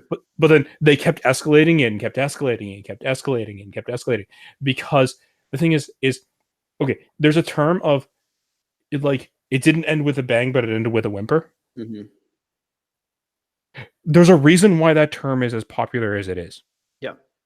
Because if something that's like starts off as a big bang but ends in a whimper, there's a level of symbolism. Like it's in movies, it's in comics, it's in books, it's in like almost any form of medium because it's the symbolism of taking something that's just really big and then pulling it down to be something personal. Well, yeah, that's kind of my problem too, is when things become so epic, you know, and that's the other thing I liked about Shazam is it was small and personal and contained in it. And I saw some clips from Aquaman. I was like, God damn it, another CGI slogfest. It's when you try and make this like huge epic fight. Not every single movie needs to have that. You can Yeah. have you don't have to have universe ending stakes. You need to have stakes, but they don't need to be cosmic and, you know, if we don't do this right now, the whole universe is going to implode on itself. And So it's like fucking I'm tired of that shit. yeah. I'm Okay, I'm so so here's the tired of that. problem, Frank, with Civil War is that a big fight scene just kind of felt like a spectacle in Civil War. Like I don't care whether you think it's small or big, like that fight scene just felt like a spectacle just to be a spectacle of hero Yeah. versus hero. Go back to like Captain America 2 and the fight between like Bucky and like Cap and the intensity of that of them on the carrier when they're fighting each other and that thing is like about to break and they're like and then like Cap gets that final hit in and he puts like he puts the USB in to like save the day and then they continue the fight and they both fall into the lake. Yeah. Like that was more intense than any other fight. You know what I mean? Like or Iron Man versus Ironmonger in Iron Man 1. Yeah. Like literally Well, Iron Man flies up to the point where he's like, "Hey, did you figure out the freezing problem?" Like he literally almost kills himself to try to kill Ironmonger. yeah. Well, You know? and that's the thing. I think when you have like these large epic battles and stuff, it there's a point where it stops being personal, you know, Yeah. like with those fights, and that's really kind of my issue with a lot of this stuff, and to a degree, as much as I love these movies, I totally blame them for this, Yeah. but I blame the Lord of the Rings movies. That's where you start kind of getting seeing these epic CG stakes in film, in my opinion. Um, that's where I really kind of started noticing it. And it seems like that's the problem with film is that, you know, each time you do something, you have to ratchet it up a notch and up a notch and up a notch. And to a point, it's like, God damn it, can't we just get back to simple storytelling? Yeah, CG bloat. Thank you, SGW. CG We blow. will Yep. ink. That's a good move. So like actually it's funny you mentioned that because like this is kind of the problem Captain Marvel has. So like for anyone who's seen Captain Marvel, you know there's like a scene where she fights her mentor at the beginning of the movie, or they were told he's her mentor, and then she kind of uses her blast to like blast him away. Even though like he tells her you need to like check your emotions, right? Um, like and then at Even the though end of she's the the plank of wood the entire fight scene, you need to yeah, check your emotions. You're out of control. and then at the end of the movie, she has like okay, fight me without your powers. Come on, you can't beat me. And then she just blasts him. Like I have nothing to prove to you. Okay, so one of two things had to happen at the end of the movie for that to actually be meaningful. She either had to fight him without her powers and prove that she's grown as a character, or she would have had to not use her powers at the beginning of the movie so that when she uses him here, that she had grown as a character to show that no, I'm better than that. Yeah. You did That's neither. a very valid point. Yeah. So her blasting him at the end because she blasted him at the beginning makes no sense now. Because she blasted him at both times. I honestly, yeah, I agree. I think it would have made that fight a lot more meaningful if she did actually fight him without her powers and beat the shit out of him. Yeah. Yeah. Because like then she could have won, right? And then she could like beat him like on his own terms and be like, and then he's like, oh, when did you learn that? It's like being human isn't so bad. Yeah. And it's just like, now come on, let's get you back on your ship. And like the dragging him against the sand thing was just terrible. That was just like an insult to injury thing. Well, it was the whole point was for it to be emasculating. That's the whole point of the reason why that But, like, happened was okay, to be emasculating to him. so like, okay, here, had I put Captain America in that scenario, he would have picked him right back. He would have picked him up and he'd be like, "Oh, is this a is like, is this a trick?" And he'd be like, "Nope, just making sure that you get to your ship."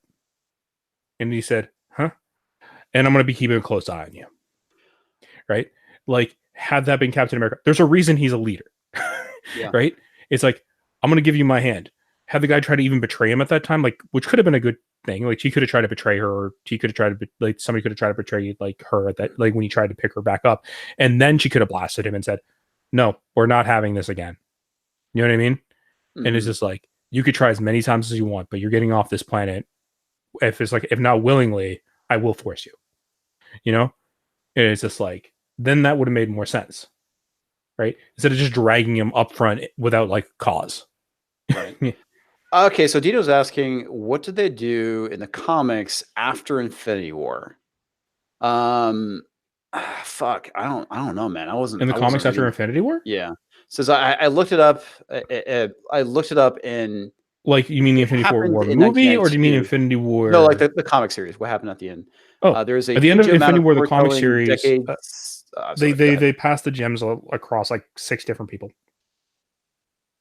One goes to Adam Warlock, one goes to Drax, one goes to Gamora, one goes to the Imp dude. I can't remember his name right now. Who's like never used anymore. One goes to like 6 different stones. They all go to like 6 different people, and they become the Infinity Watch. And then you can read the Infinity Watch comics. They're not bad. Where you see Adam Warlock slowly go crazy. Oh wait, no, I think Adam Warlock took 2 stones, maybe.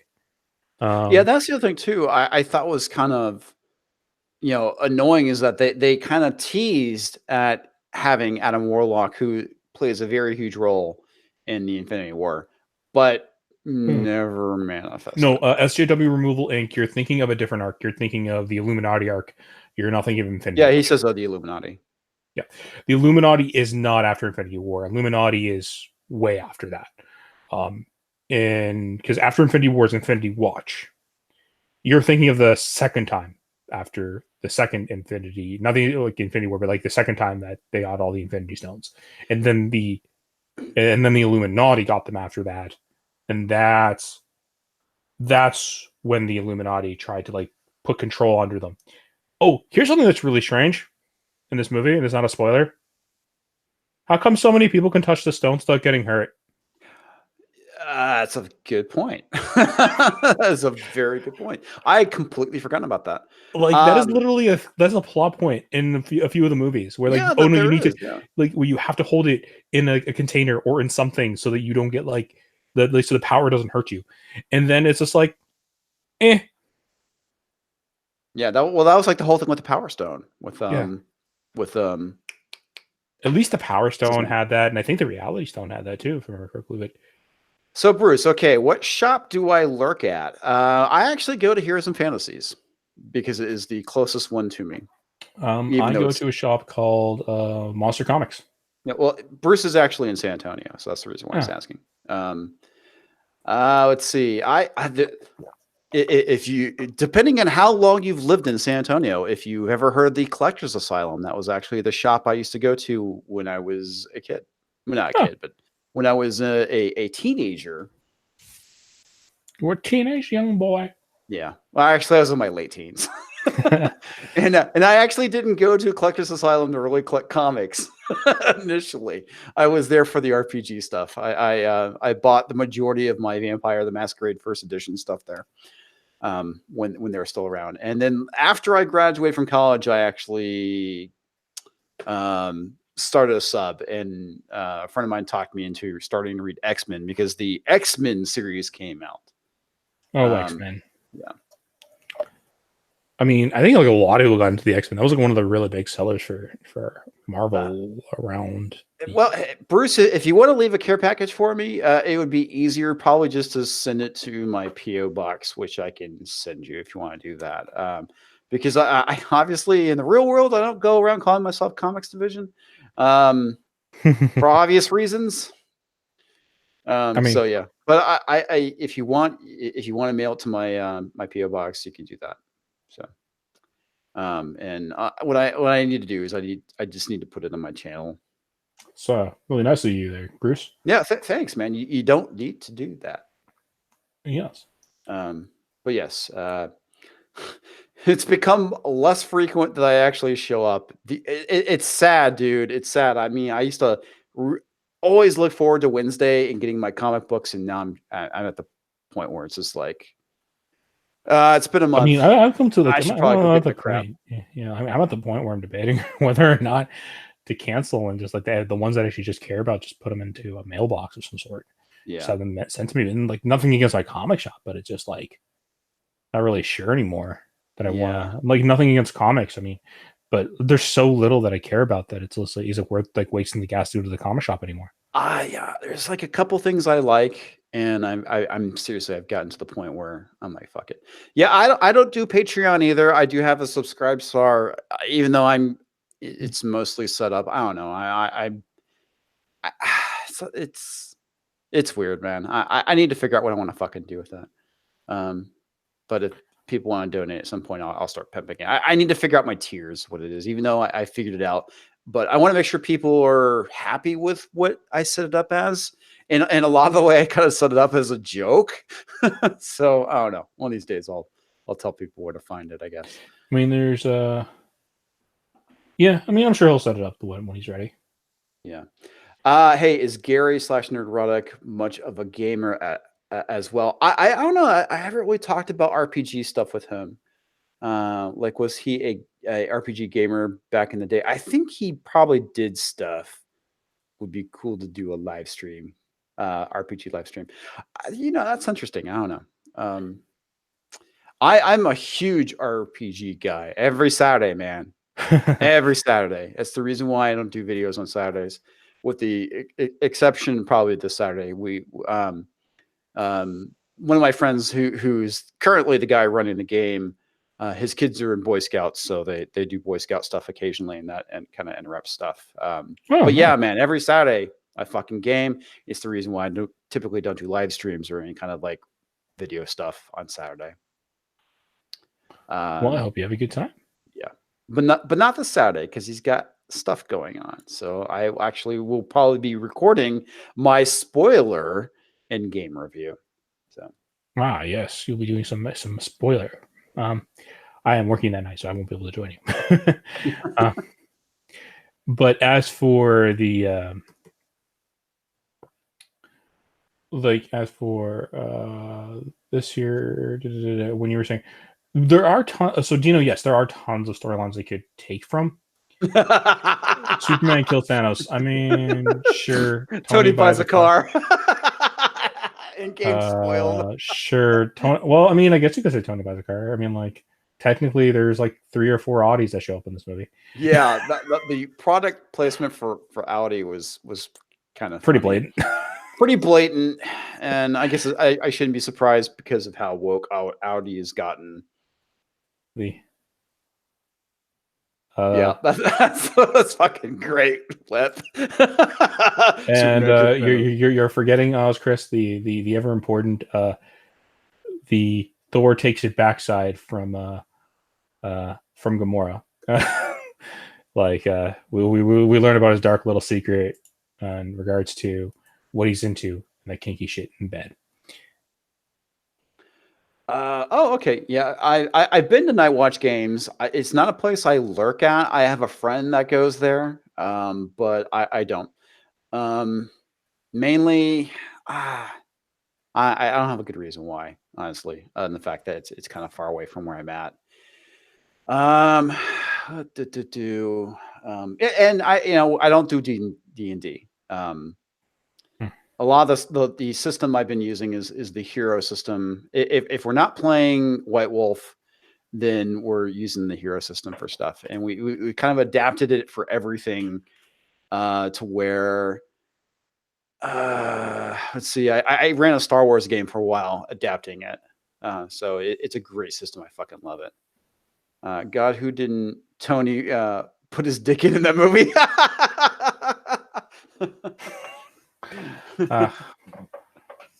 I mean, Yeah. like, I think it got really weird when Tony started putting inside of Tony. I mean, there was a whole thing.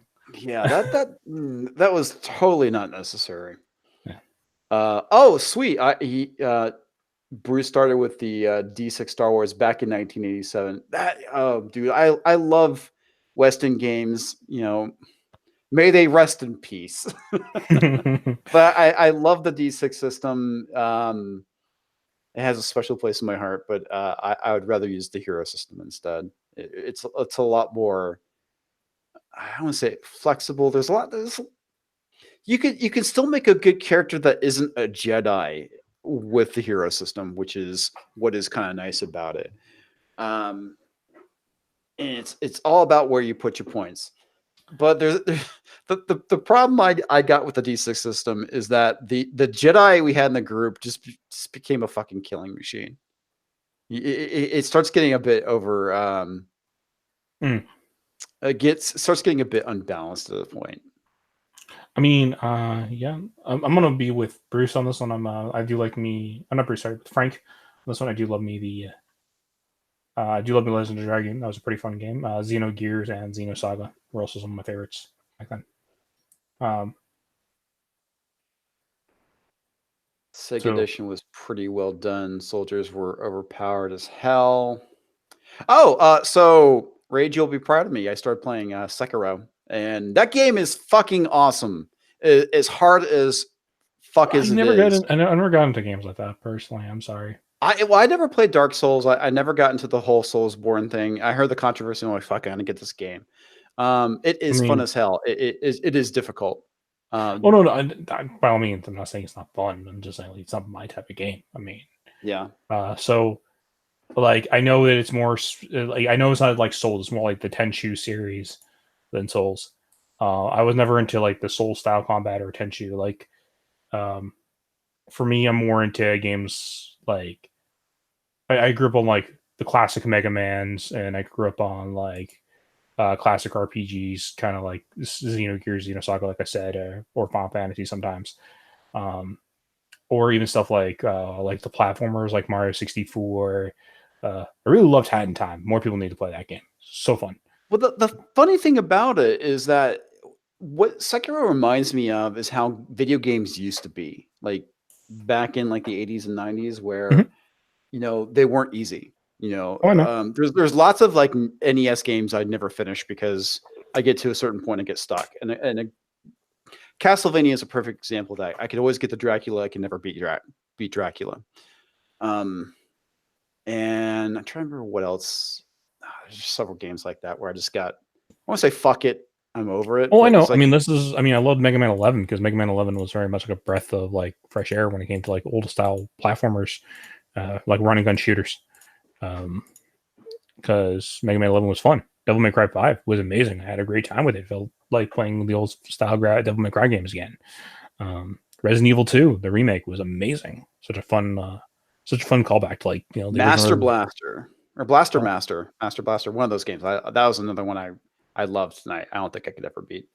And by the way, Wep, I hope you feel better. I know that you haven't been feeling too good. Little play Sekiro right now. Just started at 11 p.m. It's pretty funny. I won't say I started cheating with Sekiro, but I found ways to like grind experience. I mean, it's not like it's that difficult. Just go back to a shrine, rest, and they respawn. And I literally for like one night grinded like hell just to get experience points. Also, if you have a Switch, you do yourself a service. Get Blaster Master Zero and Blaster Master Zero 2. Awesome games, and a nice kind of revisit to the Blaster Master series. I love Blaster Master. So yeah, Blaster Master Zero and Blaster Master Zero 2, which is a continuation of the new Blaster Master Zero, because Blaster Master Zero is kind of just like a remake of the original. but like with modernized kind of modernized fixes, kind of like adding a map and stuff like that. That's pretty much mostly the same game. Then you have Blaster Master Zero Two, which is a continuation because Blaster Master Zero actually did pretty good. So yes, That's pretty cool. I have to check that out at some point. That was like one of my favorite games. I burned so many long nights playing that fucking game before high school and going in like fucking exhausted because I played that shit. And that's how I am with games sometimes. I have to limit myself. gotta limit it. Yeah, I do. It'll be like, oh fuck, it's 1 o'clock. I should go to bed. Okay, it's 1:30. I really need to stop. Fuck. Okay. Excuse me, I think I've been there before. Yeah, well, that's part of the reason why I haven't put out as many video games. As many video games. That's part of the reason why I haven't put out very many videos in the last 2 weeks is because of Sekiro. So what you're telling me is you should be filming yourself playing Sekiro. Well, that's part of the reason why I'm getting the PC going because I actually tried doing an OBS capture a couple weeks ago on my Mac, and for some reason it was very laggy. Because I've been wanting just to fucking stream me playing. I mean, I'm wondering if there might be be fucking bored, but yeah, I'm wondering if there might be like a whole thing with how it works on Mac, which wouldn't surprise me. I don't know. It's supposed to work right, but I don't know. Either I don't have a setting right, and I'm doing it from Xbox, and I know it's probably going to work better from a PC. So I'm just going to do that. So come tomorrow. I'm gonna raise the PC Master Race. Yeah. No, I mean I own a Switch. I'm not but like it's more of a joke than anything. I do own a Switch. I do like my Switch, but I do I do prefer playing on my PC though because I've just because I can set up the PC the way I want to and it's fun. It's just much easier. But for on the go, yeah, like my Switch is nice for kind of like putting in my satchel and taking with me for whenever I want to go and do something when I'm out. That's how I've always played. I don't know, man. It's like I haven't. Shit. Okay, I know where it ended. So ever since I got a PS2, is where my video games or PC gaming died, with the exception of Neverwinter Nights 2. I played through all the expansions. God damn it! It's probably like 8 years ago now. But yeah, I don't play a lot of PC games anymore like I used to.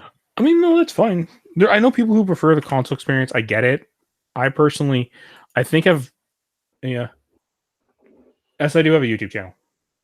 Yeah, Switch has a YouTube channel. Yeah, I mean, and there are a few PC games that I do like. I need to finish the Pathfinder game. That's one thing I did get, which is funny because when we were running before my current iteration of what we're playing a space game. Before that, we're doing fantasy, and what our game master was doing was adapting Pathfinder modules to the hero system. I mean, he wasn't like directly translating stuff or anything, but that was like the basics of the plot that he did.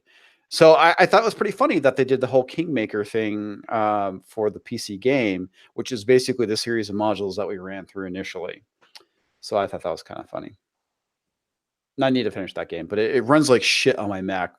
Dr. Venkman, if you just dusted off your Game Gear, there's a really cool mod. If you're willing to do it, I mean, keep in mind, I mean, it does require a bit of soldering, but you can actually replace the fluorescent light inside of your Game Gear with a backlit screen instead. And it does actually save you a lot of battery power as well. I would recommend looking it up if you are interested, and it's not as hard as you think it is. It just requires a little bit of like soldering work and a little bit of like placement of the screen, but it's not as hard as you think it is. I still have my Sega Game Gear somewhere. Yeah. Well, I'm just like there've been some crazy mods, like even the Game Boy, the old Game Boy Color, and the Game Boy Advance. There's some backlit mods for those as well. Oh, nice. Yeah. Oh shit! I just realized it's 1:30 in the morning. I need to call it. I'm sorry, man. Our streams always end up longer than I know. We were only supposed to go to like 12:30. Nope. Oh, RoboCop versus Terminator. We don't talk about RoboCop. No. It happened. If you want to, if you really want a game that's really fun, that's funner than 1982, play the old Batman NES game. It is hard as balls, but God, is that game fun. The old NES Batman game. Right on. All right, folks, let's just go ahead and wrap things up. We'll get to the shilling portion. I know you already threw out your channel. So yes, go subscribe to Switchpoint, Yes. please. Also, like, then regret yourself for subscribing because I put out shit. Immediately regret it. Yeah.